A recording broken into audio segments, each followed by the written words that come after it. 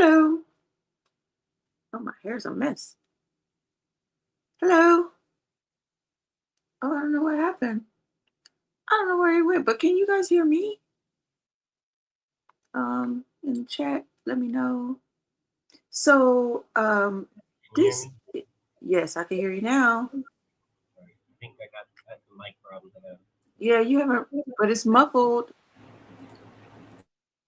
All Good right. evening, John How's that? Kemper.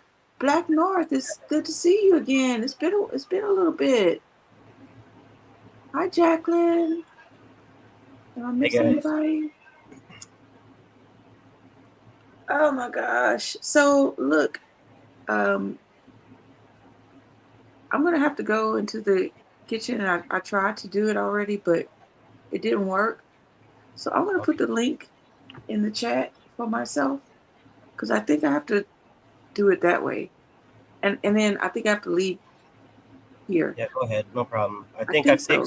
I think I fixed my mic. Is it better now? It's not so low? You sound much better. Yeah. I'll see you in a So minute. I'm gonna put this in the chat, but maybe I should put like a disclaimer that um do not click or something. I don't know. Or maybe I'll like after I get in, I'll just come back over here and delete it. Maybe I'll do that. Something like that. I have to go in the kitchen and finish cooking, y'all. Yeah, go But ahead. but we didn't want to wait too late for to finish the LaRouche article part two that Mike Michael, sorry, wrote on Substack. So while I'm in here, let me put your Substack up. Here we go. You? That's him. And let me put this one up. All right. So yeah, that is all I had to say, and I'll let you take it away. I'm leaving, and I'll see you real soon. See you on the other Okay. side. All right. So let me just address. I was saying, what's up, Black North? He's in the house. Good to see you again. He was asking me how things have been going, and he's giving me a little answer here. So things have been pretty messed up, but we pushed through. We stayed the course, even when we don't fucking want to. Yep. Gotta try not to get into that slave mentality, of course, but when shit hits the fan, you gotta not shut down. You gotta keep your wits about you. So I had to run outside and fix the standing prop I fabbed up for. Okay, no worries. So no rush. We're not quite ready to get started here. I don't know if you saw the first part of my article on Thursday there last week.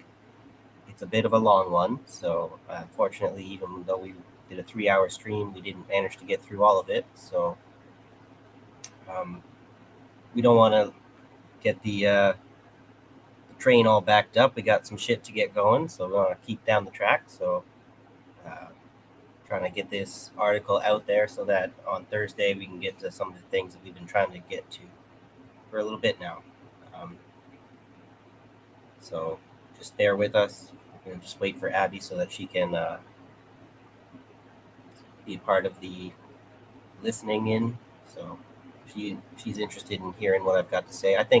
Feel like just getting to the good stuff in the second part of the article. So what's up, Sean? Good to see you.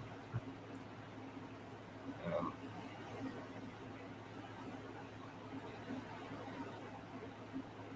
so yeah, we'll just have to sit tight. We'll have to come up with more. Me and Abby will have to do more communicating offline about how to get this show a little bit more up to whatever, a bit more quality to our work. I mean, we got good quality, but I mean, like, we could go to a card right now, sort of thing, and let some music play, but we don't really. We've been focusing more on like the reporting and not so much the bells and whistles and whatnot. And there's a couple of tweaks that we could make. My kids were just suggesting to me yesterday. Had them over for a visit, and my daughter was humbly saying, um, if I was reading that if you have a different thumbnail for each video, that you get actually more engagement, and you guys just kind of have the same thumbnail every week. And just trying to help you out kind of thing. I'm like, oh, thank you, Kira. I'll definitely bring that up. I'll mention that with Abby, and we'll see what we can do.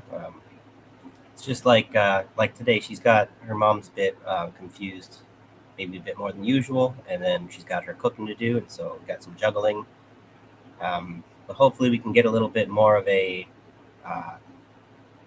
kind of a network thing working out here, where Abby was mentioning just to me last night, a tentative kind of maybe we can find some more people to work with. Extra Vola, what's up? How's it going? So I'm looking forward to that. We'll have to. What's up? We'll have to build a little bit that we can.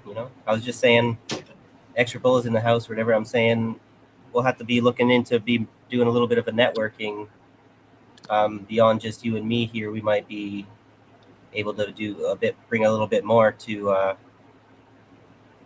the audience, because we're, you and I, we got a lot. You weren't supposed to say anything yet. No, until I'm just saying. I'm looking. You got forward, excited. I'm looking forward to working with more people, and as much as we can do an extra show like this on a Saturday, it's a bit hard for us to be there, even sometimes 2 days a week. I feel just the two of us is a little bit. Many hands make lighter work, so that's all I'm saying. Yep. And y'all, pardon my kitchen, because as you know from the last time we talked, I didn't have gas. You remember, those of you who remember that story, which means I didn't have hot water. So that means I have a couple of dishes in here. So it's not looking cute up in here, y'all. Oh, don't worry. I'm gonna try my best to hide it from you. See my kitchen.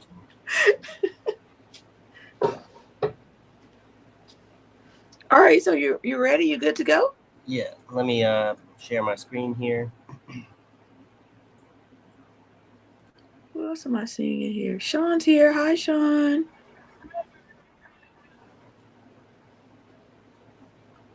Oh, thank you, Sean. That's very kind of you.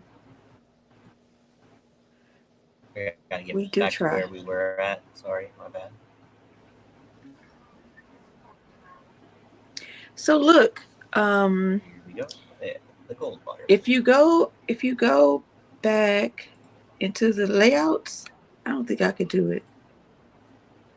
If you go back into the layouts, there's a layout where the actual thing you share is smaller, so the people's comments don't cut into your article. You'll see it. Okay, which layout? I don't know what you mean. You just gotta eyeball it. It looks exactly like the one you picked, except for the. No, okay, no. It looks exactly like that one, except the screen that you share. There it is. See how it doesn't cut into your article now? Yeah, that's it. And I'll make it Perfect. A little bit bigger. Yeah, make it a little bit. How's this? It looks good. I won't be able to read it while you're. Usually I'm reading while you're talking, so now I gotta just hear what you're saying.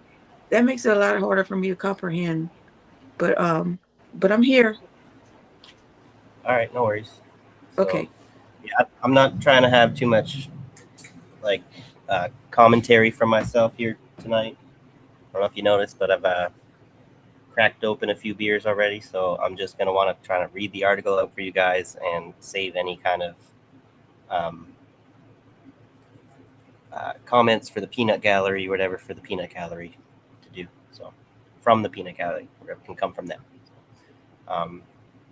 The Goldwater Rule and the Origin of the Madman Theory. The 1964 Goldwater loss and the 1971 Nixon blunder functioned as parallel, deeply formative moments for Roger Stone and Lyndon LaRouche, respectively. The shock of Goldwater's loss to Lyndon Johnson was as profound and pivotal for Stone's political trajectory as the event that fundamentally reshaped LaRouche's paradigm shift to the right in response to Nixon's 1971 blunder. while the aggressive, dirty tricks seen in later Republican campaigns were a reaction to the tactics Democrats first used against Goldwater, so was Stone's building of a career on the ruthless political tactics Goldwater himself abhorred, a reaction to witnessing his hero and his hopes being crushed by these dirty tricks. And Nixon's failure to frame Goldwater as a reasonable, calm man and not as someone who has a bunch of nuts around him showed Stone the futility of defending an aggressive anti-communist stance as if it were the opposite of dangerous madness, which is a bit ironic because in my pro-communist opinion, an aggressive anti-communist stance is kind of synonymous with madness. And evidently it taught Nixon a thing or two as well. The Goldwater rule only exists because the Democratic Party's 1964 campaign portrayal of Goldwater as psychologically unfit was so effective and so ethically corrosive that the psychiatric profession itself felt they had to codify a prohibition against it. The rule is not named after him because he practiced dirty tricks. It's named after him because he was the victim of diagnosis weaponization and dementophobia, which is the fear of insanity or insane people. There's not exactly a word that specifically refers to the fear of insane people. So I'm kind of using this term a little bit loosely because the fear of insanity and the fear of crazy people is a little bit there should be a distinction there, but the language doesn't really portray that just yet. So the rule is a living monument to the fact that a mainstream magazine solicited psychiatrists to diagnose a presidential candidate from afar, and over 1,000 responded, with many portraying him as paranoid, schizophrenic, and unfit for office. Goldwater later sued for libel and won. The fact that this psychiatric smear campaign was so damaging that it permanently altered the ethical code of an entire medical profession underscores how thoroughly the dangerous madman frame dominated, and still dominates to this day, public perception. Nixon's counter-narrative at the time was about as effective as bringing a knife to a gunfight. The Goldwater rule had not really faced any serious challenges, that is, until the election of Donald Trump in 2016. Since that time, a significant number of psychiatrists have either violated or criticized the rule openly, as they should.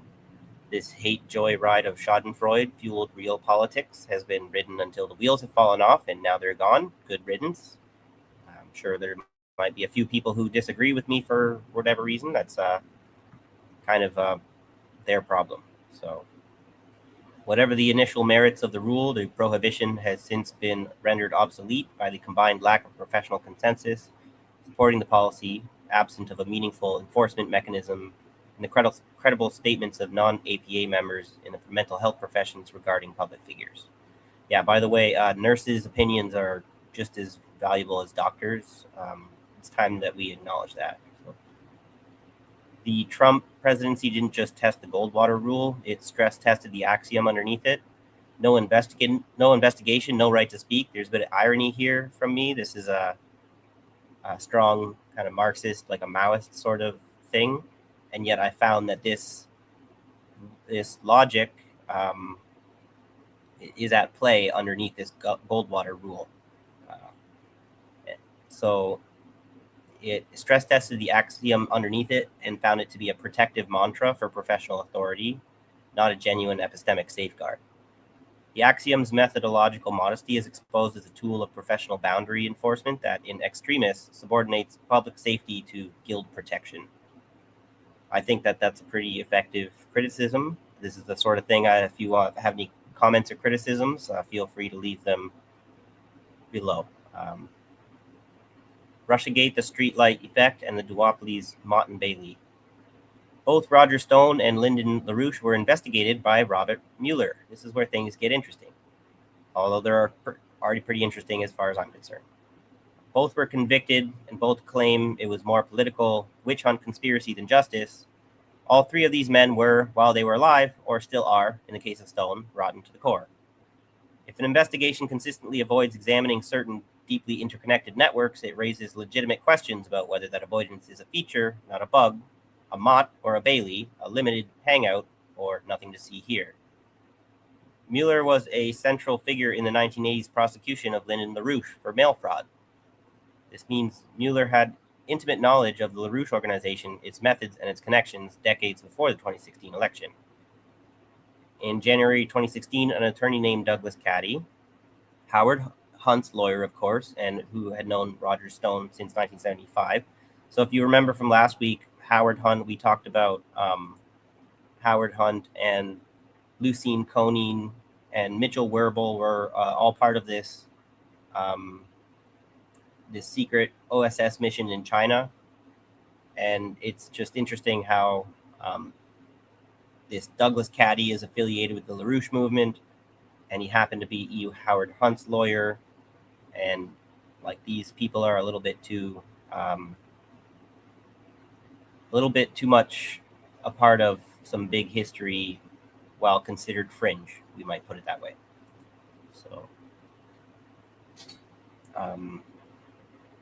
So Douglas Caddy arranged for Harley Schlanger, a top LaRouche official, to meet with Stone. After the meeting, Stone emailed Caddy saying Schlanger is a great guy and shares our goals. I think we hit it off. I have a back channel to Trump, and we are fighting the globalists. Schlanger and Stone have also done radio interviews together. Later in 2016, Stone interviewed LaRouche on his radio show. There's also the Russia angle. The LaRouche organization apparently had what British journalist Matthew Sweet described as excellent relationships with senior Russian intelligence officers dating back to the 70s and 80s, although this should be taken with at least a grain of salt, considering it was the 70s and 80s when LaRouche was sliding from the left to the right and establishing what could be argued to be excellent relationships with senior American intelligence officials. The Heritage Foundation characterized them as a strange asset for the KGB's disinformation effort, and the Heritage Foundation being one of these extreme, obscene, conservative foundations that we want really nothing to do with. But it is interesting to see what, that they're willing to point out what these so many other people would be willing to obscure in a way for their own particular reasons. Christopher Steele's dossier contained an allegation that a Kremlin official claimed Russia facilitated a LaRouche delegation's trip to Moscow and enlisted them in the 2016 influence campaign. But Christopher Steele's allegation about a Kremlin official facilitating a LaRouche delegation to Moscow in 2016 remains uncorroborated and unverified. However, Anton Chekhovtsov, somebody I found in my Can I ask a question real quick? Yeah, go ahead. Christopher Steele, why does that name sound familiar? The Steele dossier in the 2016 Russiagate. Yeah. Got it. I found this stuff tied in. I don't maybe know enough about that stuff, so I hope that if somebody has some corrections about some of my allegations here, feel free. Or maybe this would be a little bit of a novel kind of angle that people missed. That's kind of what I'm hoping for. So I'm just trying to explain that this, when they're trying to pretend in the Russiagate business that like they did some slap on the wrists of people like Roger Stone and whatnot, but they really didn't. They made a huge hullabaloo about it during the election campaign, and then when the election was over, the investigation into the Russiagate was kind of concluded in a way that was not really meant to actually hold anyone accountable for anything, which is not surprising. The duopoly exposed as fake again, okay? Because this is what I'm pointing out is they had every evidence to point out not just the Republicans, but the Democrats. I didn't include it in the article, but the Democrats, there was some interesting stuff about Hillary Clinton being involved with the like some Russian nuclear attempts to get a monopoly on the like nuclear industry, right? Nuclear power. But I kind of just I don't want to kind of weed into that different discussion. So what's up, Bad Cookies? If you could force Sarah Bill to take her meds and keep her from smoking lithium, she dug out some batteries. You two would be a kind of a nice couple. Yeah, I don't know. That seems like I can fix her. Kind of savior mentality I should get away from with women. Yeah. But yeah, thanks for being here. Shall I get back to it? All right, here we go. So the Christopher Steele's allegation about a Kremlin official facilitating a LaRouche delegation to Moscow in 2016 remains uncorroborated and unverified. However, Anton Chekhovtsov, I believe he's a Ukrainian, potentially problematic source, but blog indicates that the Schiller Institute for Science and Culture was permitted to be established in Moscow as a Russian branch of the LaRoucheite International Schiller Institute and started publishing Russian translates of LaRouche's essays. I maybe didn't, I should have, I missed that in my editing. I maybe need to make that paragraph a little bit more clear. LaRouche, Anton Chekhovtsov's blog indicates that the Schiller Institute was established in Moscow long before 2016, all right, like as early as the 90s. As early as 1994, there was a Kremlin official facilitating a LaRouche delegation to Moscow by the name of Sergei Glatziev. Since then, there have been numerous documented trips to Russia.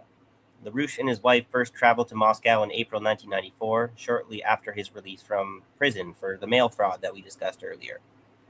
It is documented that Glatziev, then chairman of the Duma's Economic Affairs Committee, was a key contact during this period and most likely met LaRouche in person for the first time during this visit. The relationship was formal and public. In 2001, LaRouche was invited again to Moscow by Glatziev.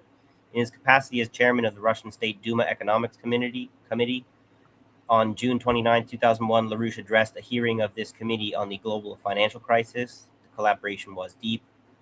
Glatziev's 1999 book, Genocide, Russia, and the New World Order, was published in English with a preface by Lyndon LaRouche.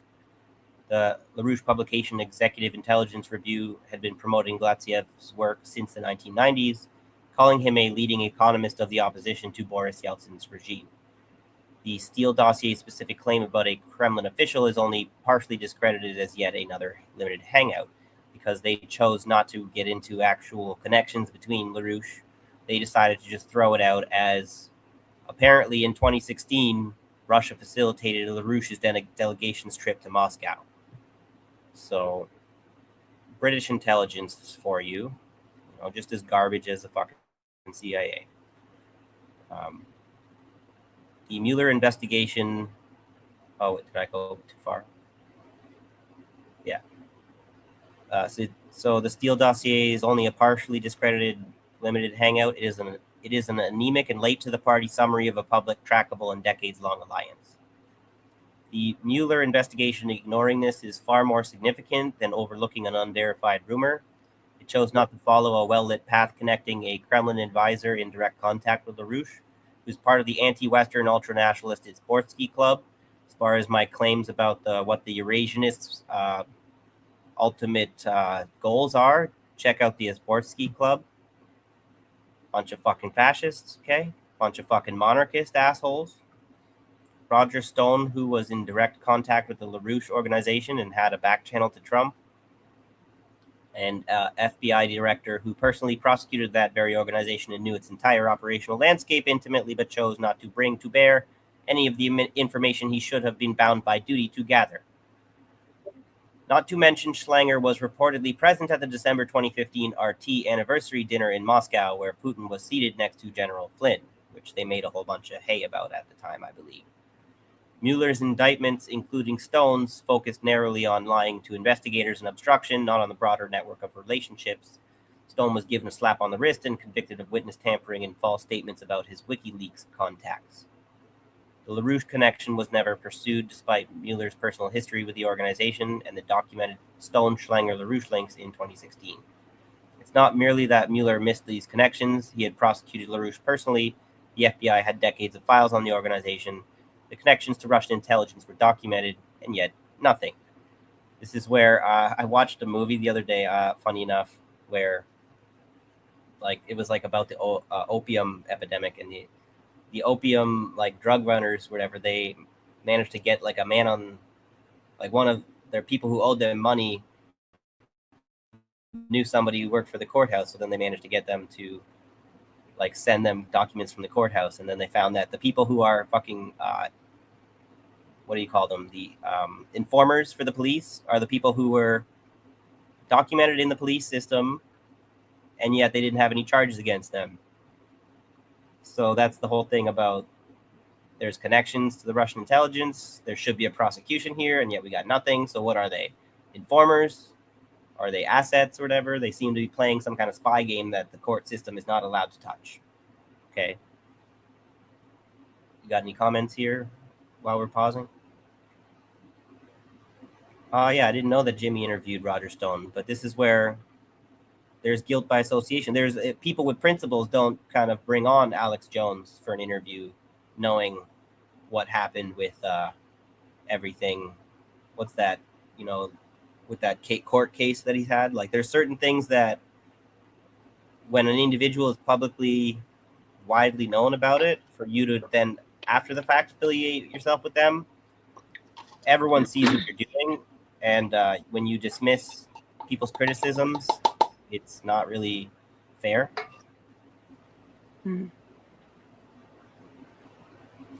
still trying to work my head around that, about interviewing certain people.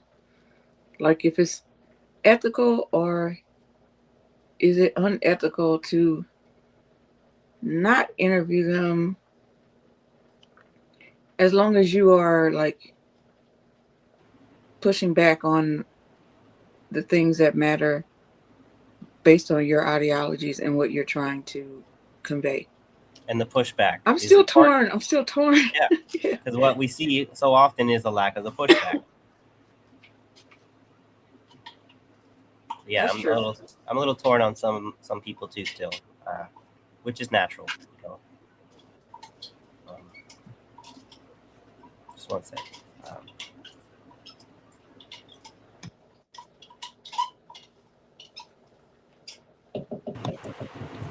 So where are we? Okay. So the FBI had decades of files on the organization. Connections to the Russians were documented, yet nothing. This is exactly what a limited hangout looks like. Prosecute the narrow, provable charge, lying to Congress, while leaving the broader network untouched. In practice, the limited hangout is the Mott and Bailey set in motion. So this is just me with my... I learned about these fallacies, and they're really interesting, and that's like some Greek classical kind of Western culture shit that people are like, oh, who gives a fuck? But the fallacy stuff I find very relevant, because they're actively the tactics that they're using, and if you know the fallacies, you can kind of identify sort of what's a lie, or what is the form of the lie that they're applying. Wiesbaden or Weisbaden, I don't know how you pronounce that. Are these the baddies? The fact that he attended a conference run by this far-right organization, and the method that the organization used to recruit young persons at the time may have had a bearing on Mr. Dugan's death. So if you remember, I had mentioned in the stream we did with Indy on left-wing anti-Semitism versus right-wing anti-Semitism, I brought up this Jewish boy who was murdered in France by the LaRoucheites, it seems, because it's an investigation that didn't really go anywhere. So let's kind of get into that here. One of the more sober clues as to the nefarious political leanings and extent of real influence of the LaRouche movement is the still to this day unsolved murder of Jeremiah Dugan. The police and prosecutors in Wiesbaden concluded that Jeremiah Dugan committed suicide by running into traffic. They maintain that their initial investigation was thorough and have repeatedly refused to reopen the case. However, a British coroner formally rejected the German verdict in November 2003. The coroner stated that Dugan was in a state of terror when he died and criticized the murky and secretive nature of the LaRouche organization. He did not rule it a suicide, leaving the official record as an open verdict. What appears to have happened is that Jeremiah, a British native French language student who was living in Paris, had gone to Wiesbaden near Frankfurt in March 2003 for what he thought was an anti-Iraq war conference. But when he got there, he discovered it was being run by followers of American millionaire Lyndon LaRouche, who is infamous for his anti-Semitic views and claims the world's governments have been taken over by a Zionist conspiracy. And this is my words. This is the fulcrum. This is a quote, by the way, if you missed the... this is the fulcrum between left-wing anti-Zionism and right-wing anti-Zionism. When they make claims about the world's governments being taken over by a Zionist conspiracy, because they're actively downplaying the fact that way long before any Zionist conspiracy could have taken over all these governments, the people who are letting the Zionist influence into these governments have been the capitalists, to the dictatorship of the bourgeoisie that's been in control of our governments since the beginning. So let's not let that get twisted. Wait, During, so go ahead. can we stay there for a second? Yeah. Okay. So so are you disputing that that Zionists have been in control of the government? Yeah, I have to come out in a clear dispute position against Aren't the. most of because you would say like the oligarchs, like corporations, have taken control of the government, correct? Right. It's not just the Jewish Aren't and most the Zionists that aren't have been in most control of these governments. It's so when we downplaying look the at like involvement of every other capitalist. so when we look at the um the CEOs that of these corporations, aren't they all Zionists? So Zionists. is it, I Are feel they like all it's one. Jewish? Right. So I Well, guess I guess you could maybe. you don't have to be Jewish to be a Zionist. Right. So I guess that's a good fair point. LaRouche is saying the government's been taken over by a Zionist conspiracy. Okay, and then we could make a fair criticism of China here, even about being more Zionist than I would like, and that kind of gives more credence to someone like LaRouche than I'd like. But Because. China doesn't allow their corporations to take over the government. But my point is that China, in this case, we're talking about the Zionist conspiracy and any kind of validity to that claim. China, it would be fair to think. I think it's fair and accurate to say that China is a two-state solution country. They think that Israel should not be abolished. That there is a two-state solution to the Palestinian question. That's the way they've been acting. That's been their official policy. So that lends more credence than it should to this idea that there's this Jewish cabal in control of the world economy, as opposed to like a dictatorship of the bourgeoisie. So the point you I have to mean, well, understand. considering China does not allow their corporations to take over their government, that kind of like I feel like we're saying the same thing. Um, I mean, like you said, the Zionist cabal or what have you. Well, China doesn't allow corporations to dictate their policies, so there wouldn't be an ability for a Zionist cabal to happen in China. That's maybe not necessarily the win that it sounds like, because then the blame, the moral outrage falls squarely on the shoulders of the Chinese people, completely, of the Chinese leadership, because then you're saying that they fully, openly, willingly, of their own accord, made such a massive investment in Israel since the 90s. 1993 was when I pegged it. Oh well, It blew yeah. up. I'm not really saying that because I don't have enough knowledge to make a point like that. I don't have enough Oh, knowledge exactly. about that to make that point. Yeah. So yeah, I'm not saying that. It's a good point But you're bringing up here, because what we would be doing, in effect, would be we would be challenging China's claim that the Marxist-Leninist claim that like with their party in power, the base is unable to affect the superstructure in a way. Like the superstructure of Marxism, Leninism is able to contain like the capitalists that are under their control. And to me, there's a little bit of deception at play there. I think in theory, it seems that their control over the government prevents any bourgeoisie influence, because they could shut down any capitalist business if they wanted to at the end of the day. But I'm going to have to do more work on making a more sophisticated argument that, in spite of their claims, the bourgeoisie are influencing the government from abolishing their they have frozen, in my opinion, the class struggle in China for whatever reason. They've allowed the billionaire class to thrive, and in that, by doing that, they have frozen the actual class struggle of the proletariat to abolish the bourgeoisie class. And they've made this argument that it's necessary. They need to make use of the capitalist class to have access to the global economy. But my research into this, I'm going to have to do another article about that one for sure, about China specifically. But the eugenic influence on China has to be accounted for.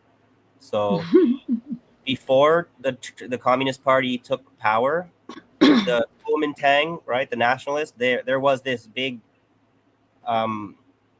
acceptance and popularity of eugenics in China in like the 20s leading up to the 40s and everything.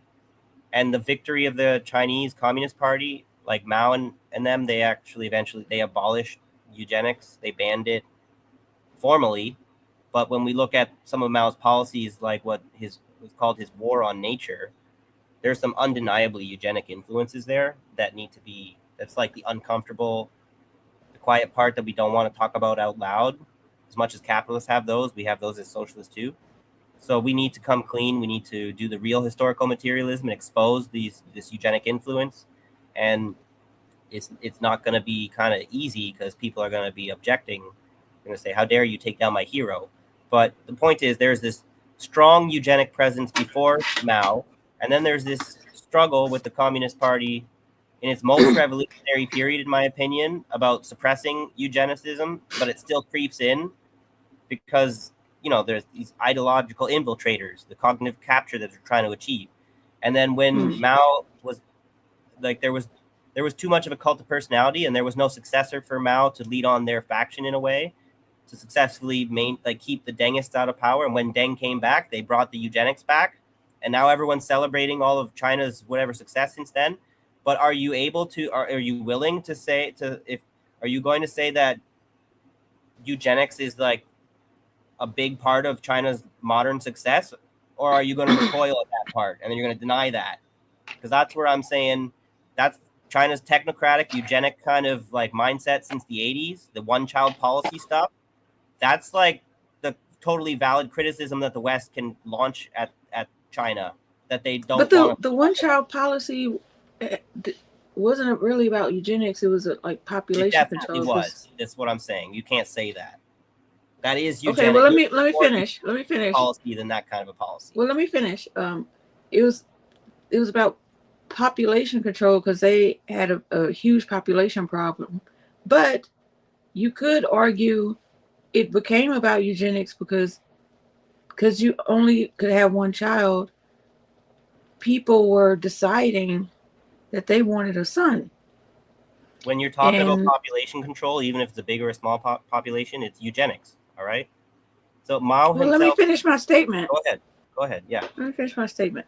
So I'm saying you could argue that is about, it becomes eugenics because as a society, a lot of people, they want to have a son to carry on their name or legacy or what have you. And what happened was a lot of the girls were getting left at places or what have you, abandoned. And a lot of Americans were adopting Chinese girls because they were so many of them. It became a really big problem, kind of like Romania's problem, because Romania was forcing you to have kids, which is the opposite of what China was doing. So I could see how it can become eugenics, but I don't think that was the purpose of it. Was a horrible law, by the way. I'm not sitting here saying that that was a solution to anything, because it really caused a lot of problems, and eugenics was one of those problems. Gender eugenics was the issue there. We're getting a little too off topic kind of way, but not necessarily because I brought it up. You brought it up, relevant, right? But I'm saying I'll have to make my case on that in a separate kind of Thursday show or make another article. But I'm pretty confident that there is a There's a dark past and present of eugenics, like Chinese eugenics, that is not been discussed enough. And if I have to be the one to kind of bring it up, I'll do my part. But I got those receipts too. I'll get there. All right. Let's get back to this article here.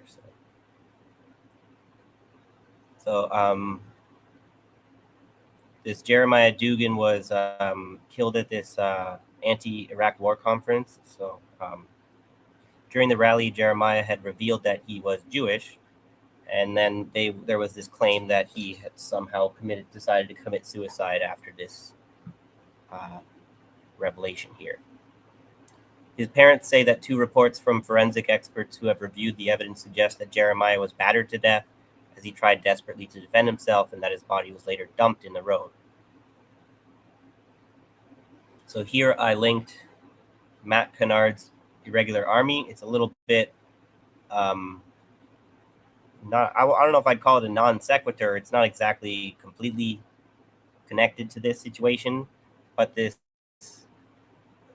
situation about pointing out the fascist kind of qualities of the LaRouche movement, and then they're hosting Iraq war conferences. I want to encourage people to read Matt Kennard. I have not read this myself. Maybe if people share some money with me, I'll buy this book and read it, because it's one of the books I would like to read one day. Irregular Army: How the U.S. Military Recruited Neo-Nazis, Gang Members, and Criminals to Fight the War on Terror. So he makes a strong case, I believe, in this book, from what I've heard about commentary about it online and interviews that Matt Kennard's done, that the Americans, the fascists in America at least, and I'm kind of going to suggest potentially around the world, have this plan. At least there's some evidence that during the Iraq War that they went to get training, like these false wars that the American empire is waging for no particularly necessary reason, are seen as an opportunity by fascists to go get the training required to be a deadly weapon, so they can bring those skills back home, so they can wage whatever race war that they want. That is why I linked Irregular Army here, to encourage people to connect the dots. The LaRoucheites, of course, would simply dismiss the British coroner as an Atlanticist drug dealer for the Queen, no doubt. Fuck the monarchy, always, now, and forever, by the way, but I digress. Because this is one of the things that would kind of pull me into the LaRouche kind of conspiratorial mindset, is that he attacks the British monarchy. I hate the British monarchy, so he must be right about what he's saying, But you have to be very careful about these like CIA asset type people who are able to use our kind of talking points and twist us into the opposite of what we intend to be.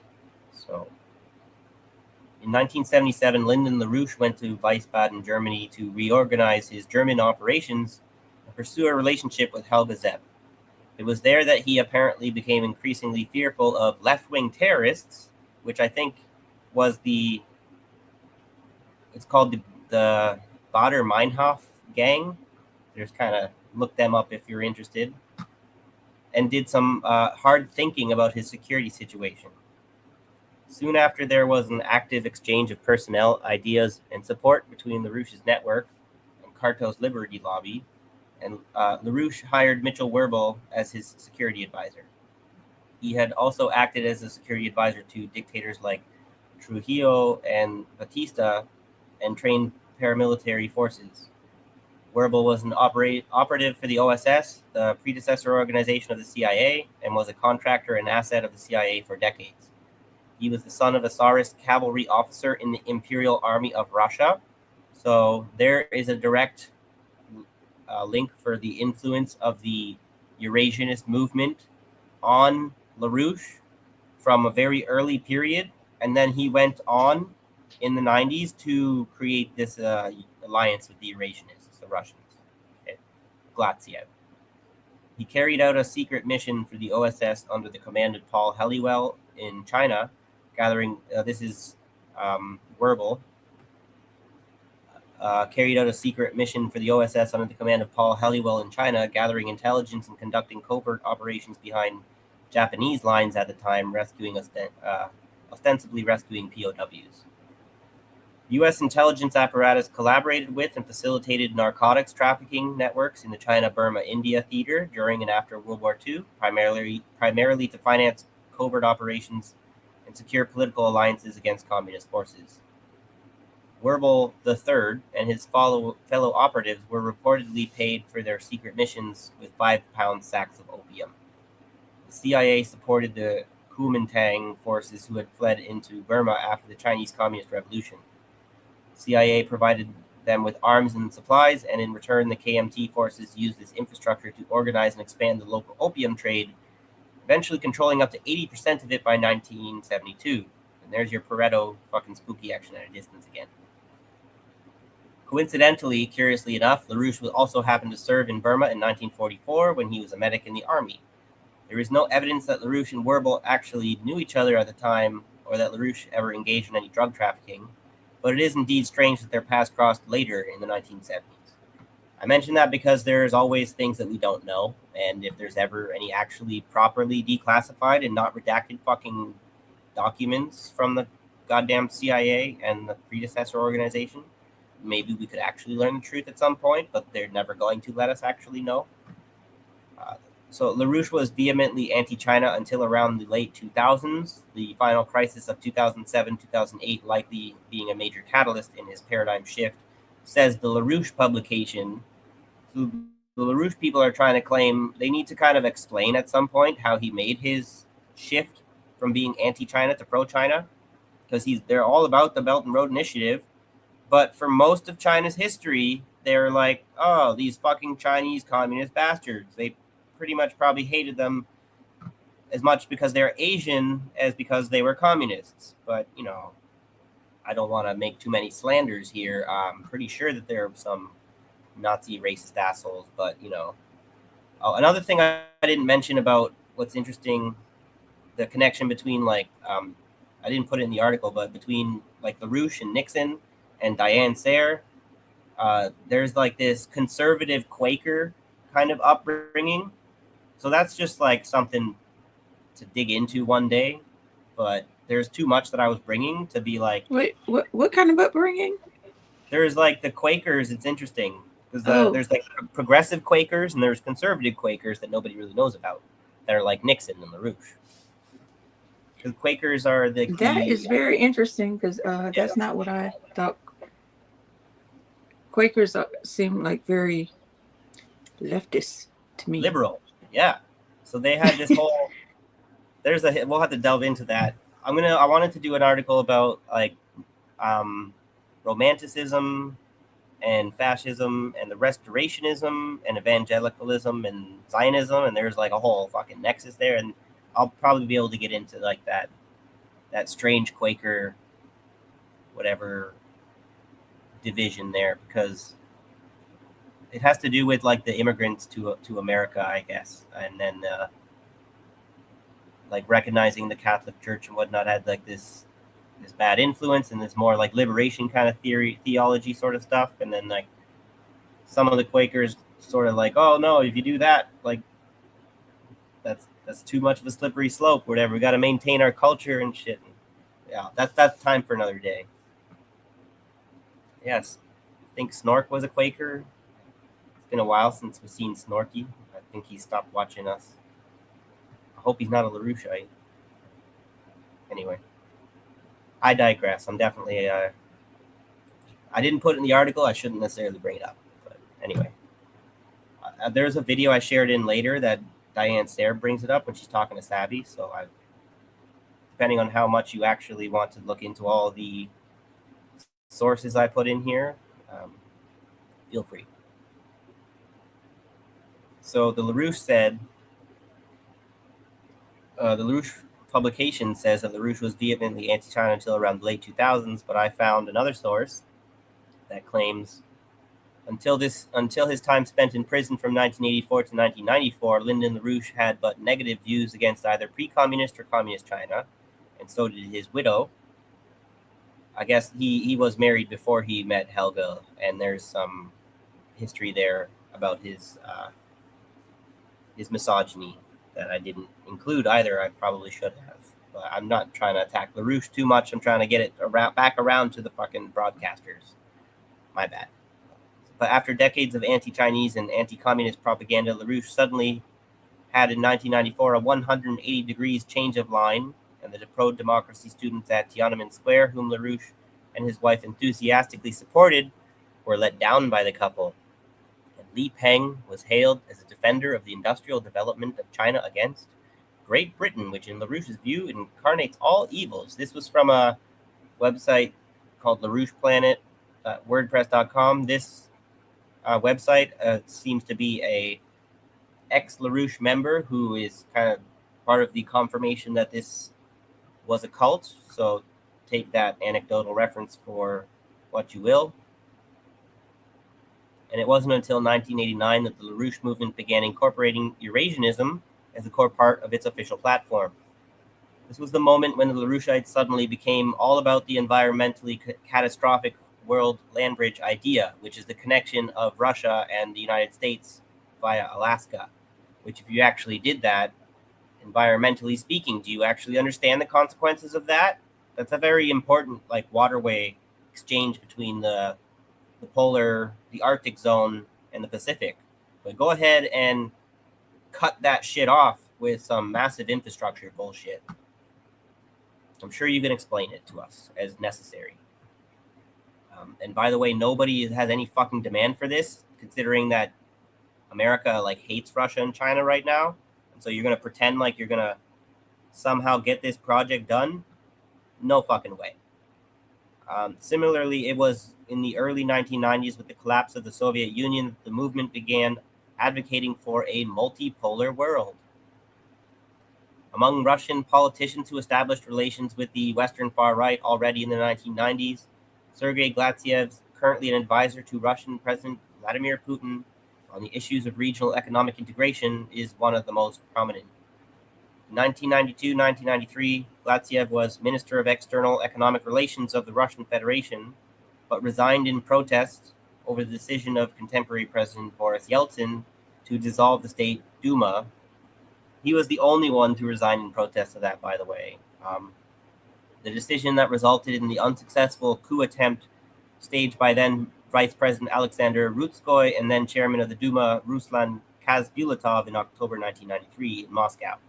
So this is something that we've never really talked about, but we should probably do a whole episode on this on Thursday one day about the 1993 constitutional crisis in Russia. Everyone understands that the Soviet Union collapsed in 1989, but it took a couple of years actually for the full fallout to take effect. And so there was this August coup attempt in 1991 that failed against Gorbachev, and then in 1993 this constitutional crisis happened, and that was sealing the fate of the Soviet Union for sure. This is extremely important event that people don't really understand very well in the West, and this is my preliminary reporting on it. But there's some serious fucking crazy shit that went down in Russia in 1993. I think it would be nice for us to understand a little bit better. So let me try and do my part. Hopefully I brought some relevant information here. Glatsyev was elected to the Duma in 1994 and became the chairman of the Parliamentary Economic Affairs Committee. Around this time, Glatsyev forged relationships with Lyndon LaRouche. In 1992, the Schiller Institute for Science and Culture was established in Moscow as a Russian branch of the LaRoucheite International Schiller Institute and started publishing Russian translations of LaRouche's essays. That is from Anton Shkovtsov's blog. Probably a fucking Ukrainian simp right now, but yeah.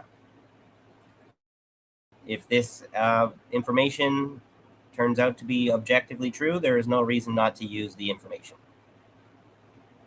and dissect this guy's fucking probably anti-communist perspective, right? LaRouche published an English translation of Sergei Glatsyev's book, Genocide, Russia, the New World Order in 1999 through his own publishing house. which includes a glowing preface written by LaRouche himself. Their collaboration and alignment is undeniable. Glatziev and LaRouche most likely met in person for the first time in 1994. I kind of repeat myself a few times here. My bad.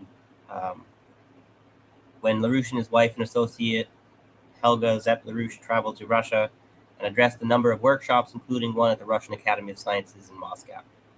And here is a picture of LaRouche and Helga and Sergei Glatziev at some kind of Russian forum. I can't read that Russian writing. Sergei Glatziev and Alexander Dugin also have a direct and documented relationship as well, of course. The reason for this is a Twitter post by Dave Troy, probably some libtard. The reason for this is the strong linkage between Putin's currency economy czar, Sergei Glatziev, and the late Lyndon LaRouche. Alexander Dugin is tight with Glatziev and founded the Rodina Motherland Party with him. The Schiller Institute pushes the same ideology. There are some things that the liberals might see that we're not willing to see because we hate fucking liberals. That's all I'm trying to point out, right? We gotta not let these Eurasianist fascists convince us that liberals are so worth hating in every kind of way that we completely open ourselves up to the neocons. All right. So one final nail left, and the frequency of a demise greatly illusory. So here's a little screenshot. I was talking about the LaRouche organization with their they like to do fraud to finance their political parties and then act like they have a revolutionary kind of program that's actually going to be economically viable. So this is just a little bit more evidence. LaRouche was convicted for mail fraud for pretending that to like little old Alzheimer's ladies that you should invest all your money into our campaign and then we're going to totally rip you off. And their fucking French counterpart, Mr. Jacques Chaminade, convicted for the same bullshit. So all I'm saying, when we look at Jackson Hinkle and Jacques Chaminade and Lyndon LaRouche himself, and then you want to go look at Mr. Jose Vega and Diane Sayre putting their hand out for some more money, and you decide to give money to them instead of people who actually maybe need it even more, remember this, all right? So where it gets complicated is on the rest of the CV. In addition to a rather vague past in informal intelligence services in the United States, we can see that Chaminade was sentenced in 1990 to 15 months suspended for theft. He had extorted 1.2 million francs from a wealthy little old woman suffering from Alzheimer's disease. Normal indeed. In 1995, he was accused of tampering with his campaign accounts. He's also had a certain number of defamation lawsuits, which he loses each time, and which pit him against Nicolas Miguet, Dominique Perbin, and Mylene Farmer. I don't know any of those French people. That's the point, though, okay? Don't let the fucking grifters convince you that they're revolutionary. You might be gullible. This is why I've reiterated any political organization worth its salt offers and practices an economic model or paradigm that sustainably resolves the crises and contradictions of the status quo or the incumbent regime. A political organization that relies on a Ponzi or multi-level marketing scheme to obtain and exercise power is absolutely incompatible with legitimacy, credibility, and economic viability. I think that's a pretty good point to make. You go ahead and criticize that, please. I'm sure if you can offer constructive criticism on this, that we'll get somewhere. One final thing or two to mention about Jackson Hinkle. There are at least two people, Abdiwahab Sheikh Abdisamad and Zhang Zhukin, I don't know how to pronounce that, my bad, that he brought on for interviews that raised red flags for claiming to be professors without actual credentials who have known histories of financial fraud and confidence schemes, both of which demonstrate the mutual validation through association principle that is a key characteristic of what is known as a long con. Fucking con artists. We don't have enough. I learned Thursday that Stalin financed the revolution through, what was it? Bank robbery. Bank robberies. Yep. I actually looked into that. That's interesting as far as how practical was that? How effective of a measure of financing the revolution was that? There was some pushback against that. There was some complications that arose because of that stuff. I think actually the banknotes that they stole were actually, like a lot of things that you robbed, not so easily converted into liquid capital as you thought it was, because it's stolen goods. So as much as there's some like, yeah, fucking Robin Hood shit about that, like we got to come up with a way that's viable for the entire working class. And then as far as like the accusations of terrorism against us, those are kinds of things that lend their arguments that communists are terrorists, kind of thing, you know. And there was, I think you're harming some working class people. There was a bunch of people that got killed in that. I'm not sure that all of them were guilty, you know. So we want to pull off some kinds of attacks on the ruling class that doesn't result in collateral damage to the working class, obviously. So yeah, that's a great point. We got to get into that history about Stalin's bank robbery. That's some good historical materialism to do right there. So I forgot who mentioned that. I think it was Sean. I forget who it was. If you're here, if it was you, show yourself. Let me get back to it here. So, still got a while ways to go. So we're getting into Abdi Wahab and Jang. So I think we all know enough about Jang. Abdi Wahab's a little bit more obscure. But here's the links. I found this medium.com article, Unmasking Abdi Wahab, Sheikh Abdi Samad. So I think he's a Somalian. And there's this reporter from Somalia that has made all these accusations about how he's like a serious fucking con man. And then he just so happens to appear with, of all people, Jackson Hinkle, Alexander Dugin, and Jang Juquin, whatever. Like, there's birds of a feather, all right? The con artists, the pedophiles, whatever, they stand together. There's a reason why, you know? Because no one else fucking will stand with them. Except for the fucking people they're duping to stand with them. The people they're picking pockets of, by the way. So what further solidifies my suspicions that what we are looking at is a long con is the fact that these associations can be triangulated with yet another sage-like professor, redefining reality, the ignominious Alexander Dugin. Midwestern Marx validates Jackson Hinkle. Jackson Hinkle validates Abdi Wahab and Jang. Jang and Abdi Wahab validate Dugin. Dugin is validated by Hazaldin. Hazaldin is validated by the ACP. The ACP validates Midwestern Marx, etc., etc. So this is where probably my wait. Hold on. Here. Did you say Midwestern Marx? Yeah, Midwestern Marx, ACP, Hazaldin. Yeah. These guys I had some respect for at some point, but it's all gone now because they're whatever kind of claim that they had to be in dialectical and materialist, whatever, and they throw it all right out the door by associating with these fucking clowns. They don't have any credibility, and they think they do. It's kind of almost funny if it weren't serious. But we're getting into kind of a controversial here. We got some screenshots here with another person that's very well respected in independent media, which is Professor Mohammed Marandi. And this is my point about, I'm not trying to attack all of you. I'm saying it's in your own best interest not to associate with some of these people.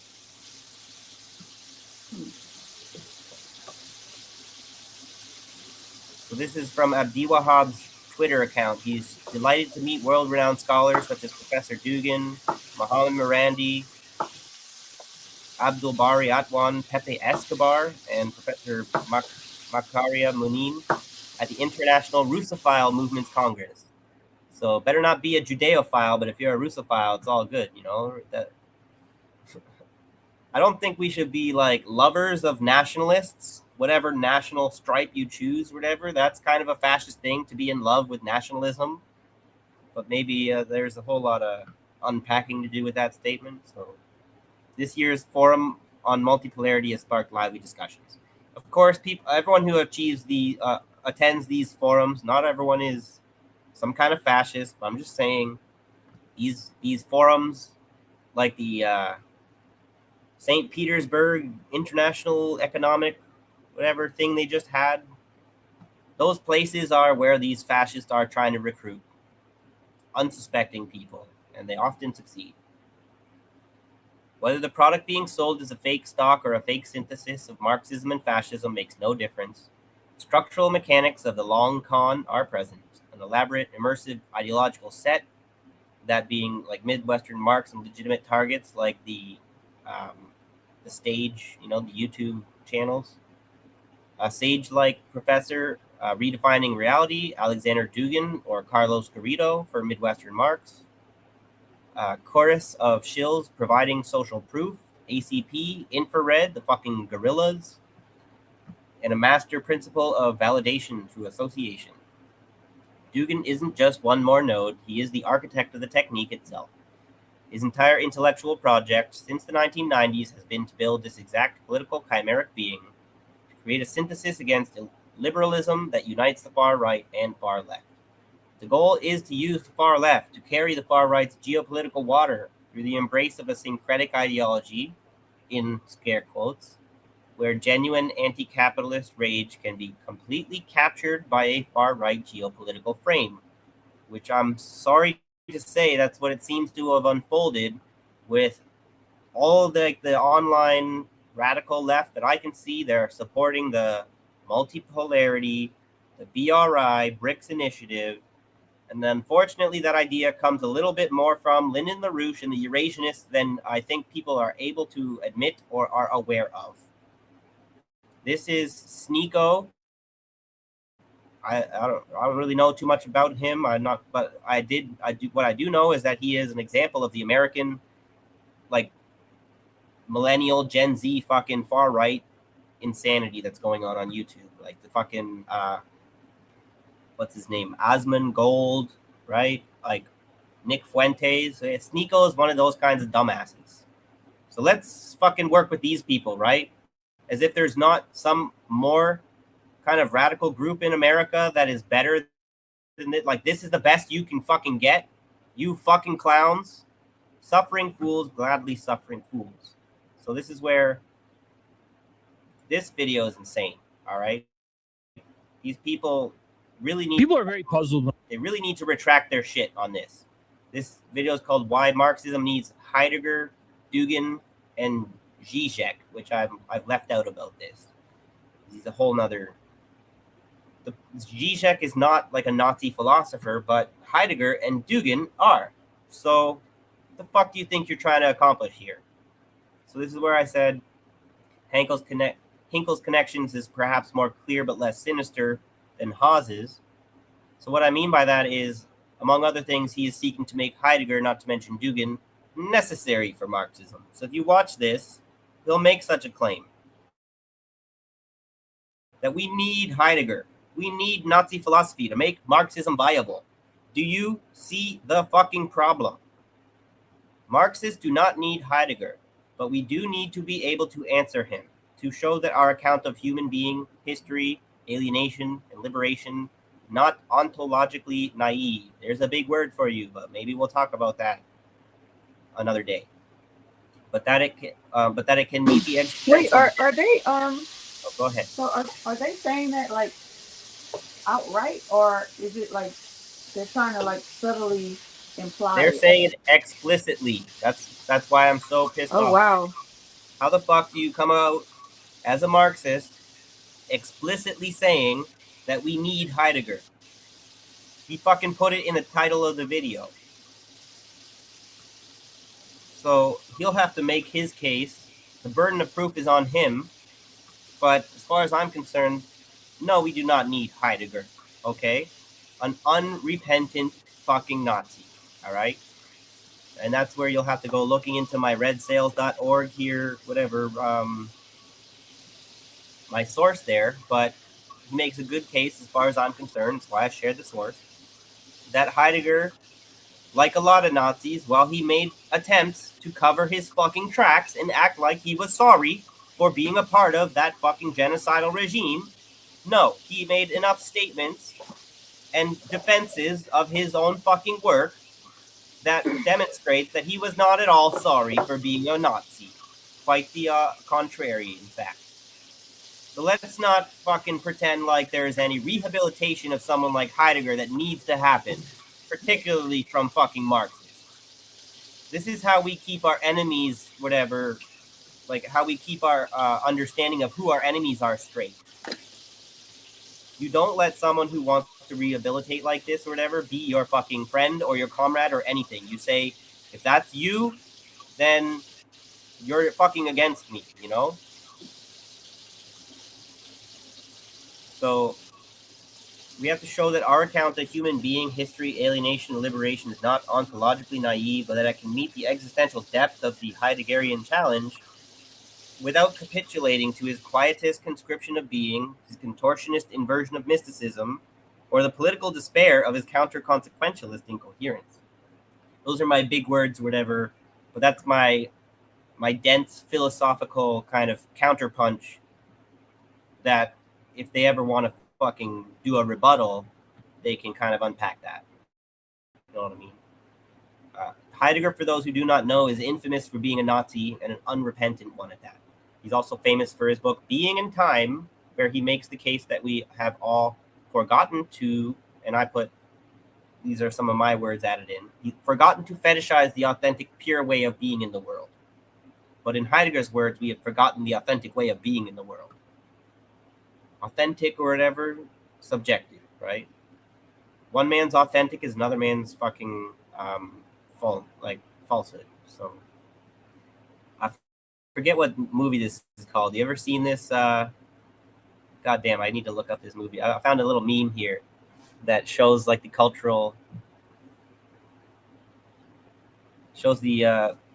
influence of maybe some of this at work in some of our movies. Have you guys ever seen this movie? You guys know what I'm talking about with this? Can we join the party? You have both forgotten the faces of your fathers. So it's like a more of a kids movie. I forget. It'll come to me, I'm sure, after the show's over. I see Cookies as a comment for me. No offense, but weren't you trying to rehabilitate JB Font after he turned his back on y'all? Yes, you got me there. I definitely was. I feel like, to be fair though, still, maybe I wouldn't characterize him as that, because he was the only one that really stayed in contact with us, and he checked broke on us. with RBN when he kind of had enough. He saw the writing on the wall, as far as I'm concerned. I'd say, like I'm making some claim that Passajar Dula is rehabilitatable. I'd say there's some hope for JB Font. You know, I still feel like we can work with him. We've had him on after Fallout, right? Yeah, he's been on the show, and I'm sure he'll come back. We just never asked. But I feel like some of his, in his goodbye, leaving RBN, he kind of alluded to the fact that it was haunting him, that he didn't stand up for certain things and certain people as much as he probably should have, and he couldn't deny it and continue or something like that. Yeah, and I don't want to be presumptuous and thinking that he's talking about us, but I do feel like if there were some other people that he was talking about as well as us, that he might have been at least talking about partially about some of like what happened with us. Because when I was listening to him say that, I was thinking, sounds like, you didn't forget what happened with us or whatever. I don't think everyone on the RBN team was necessarily on the same page as that. But then with an organization like this is part of the praxis of doing the socialist organizing, what to do when problems happen.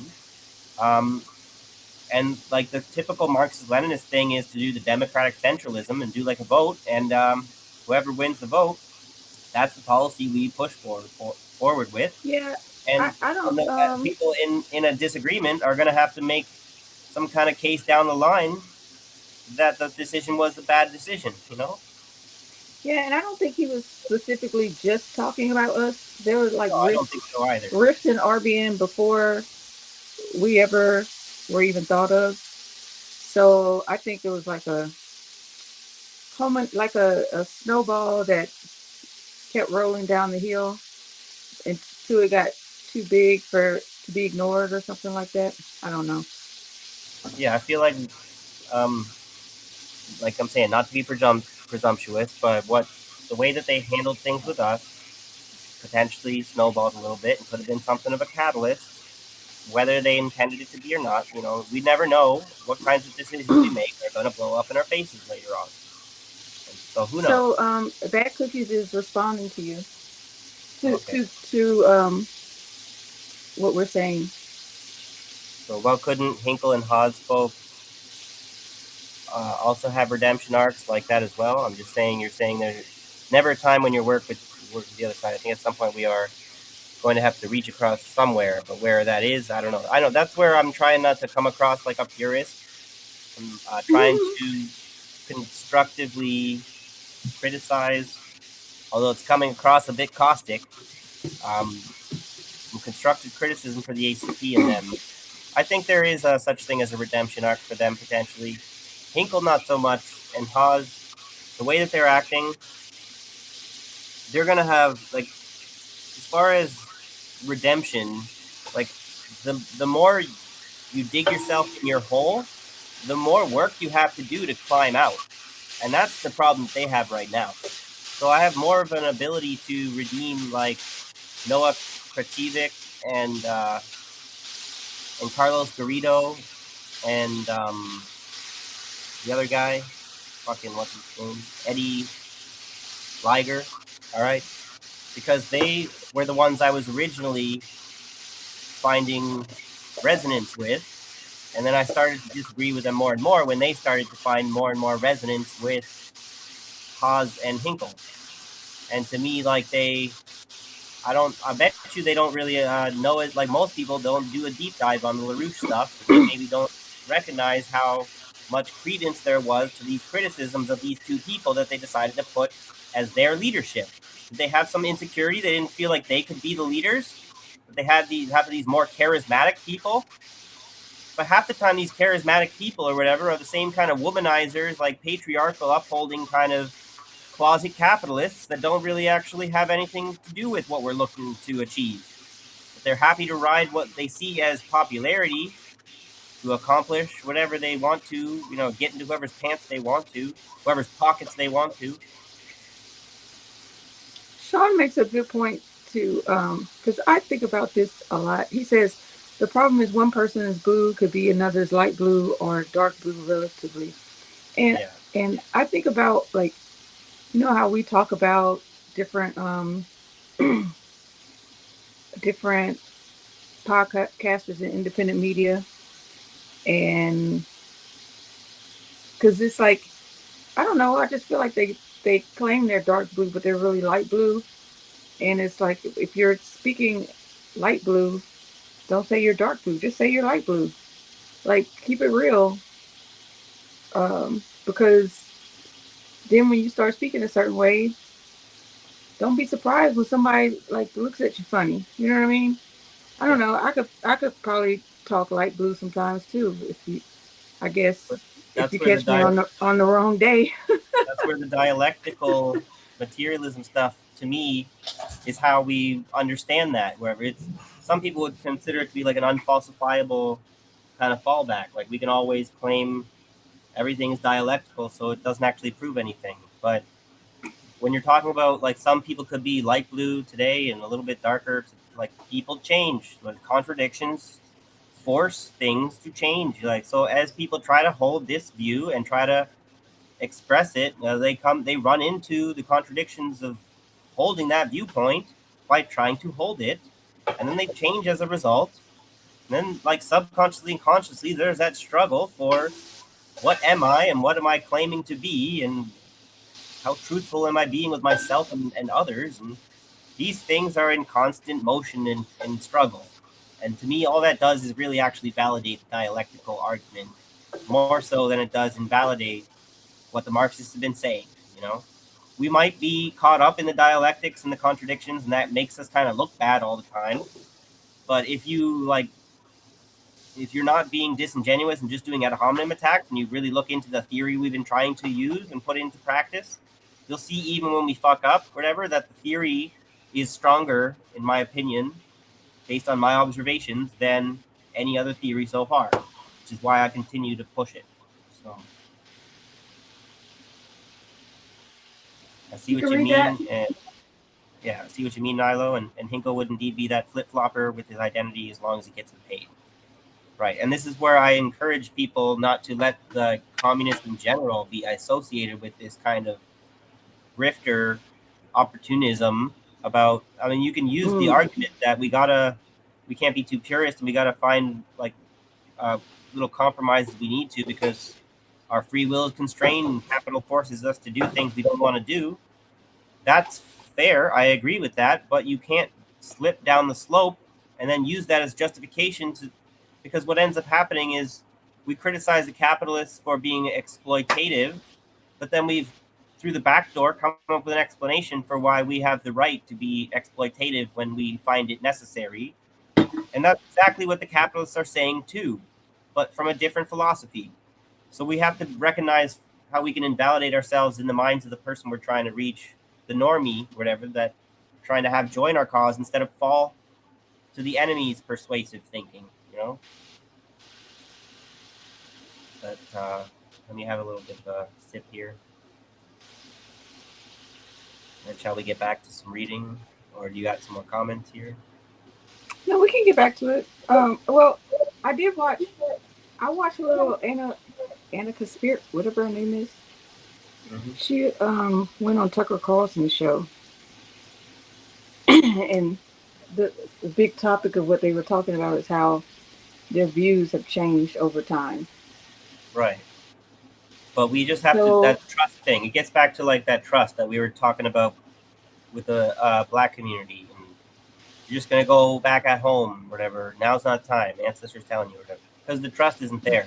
That's why it's so important for them not to dismiss these kinds of criticism as just like jealousy or whatever. Like, this is extremely important, not to alienate your base because like you think that the base's strategy is kind of idealistic or whatever, you know, like, because then you violate the trust that you're trying to build with them. And then when it comes time, when it's important for us to work together, because you were flippant, whatever, childish in your treatment of us before, whatever, then it becomes this issue about, well, why should we trust you now?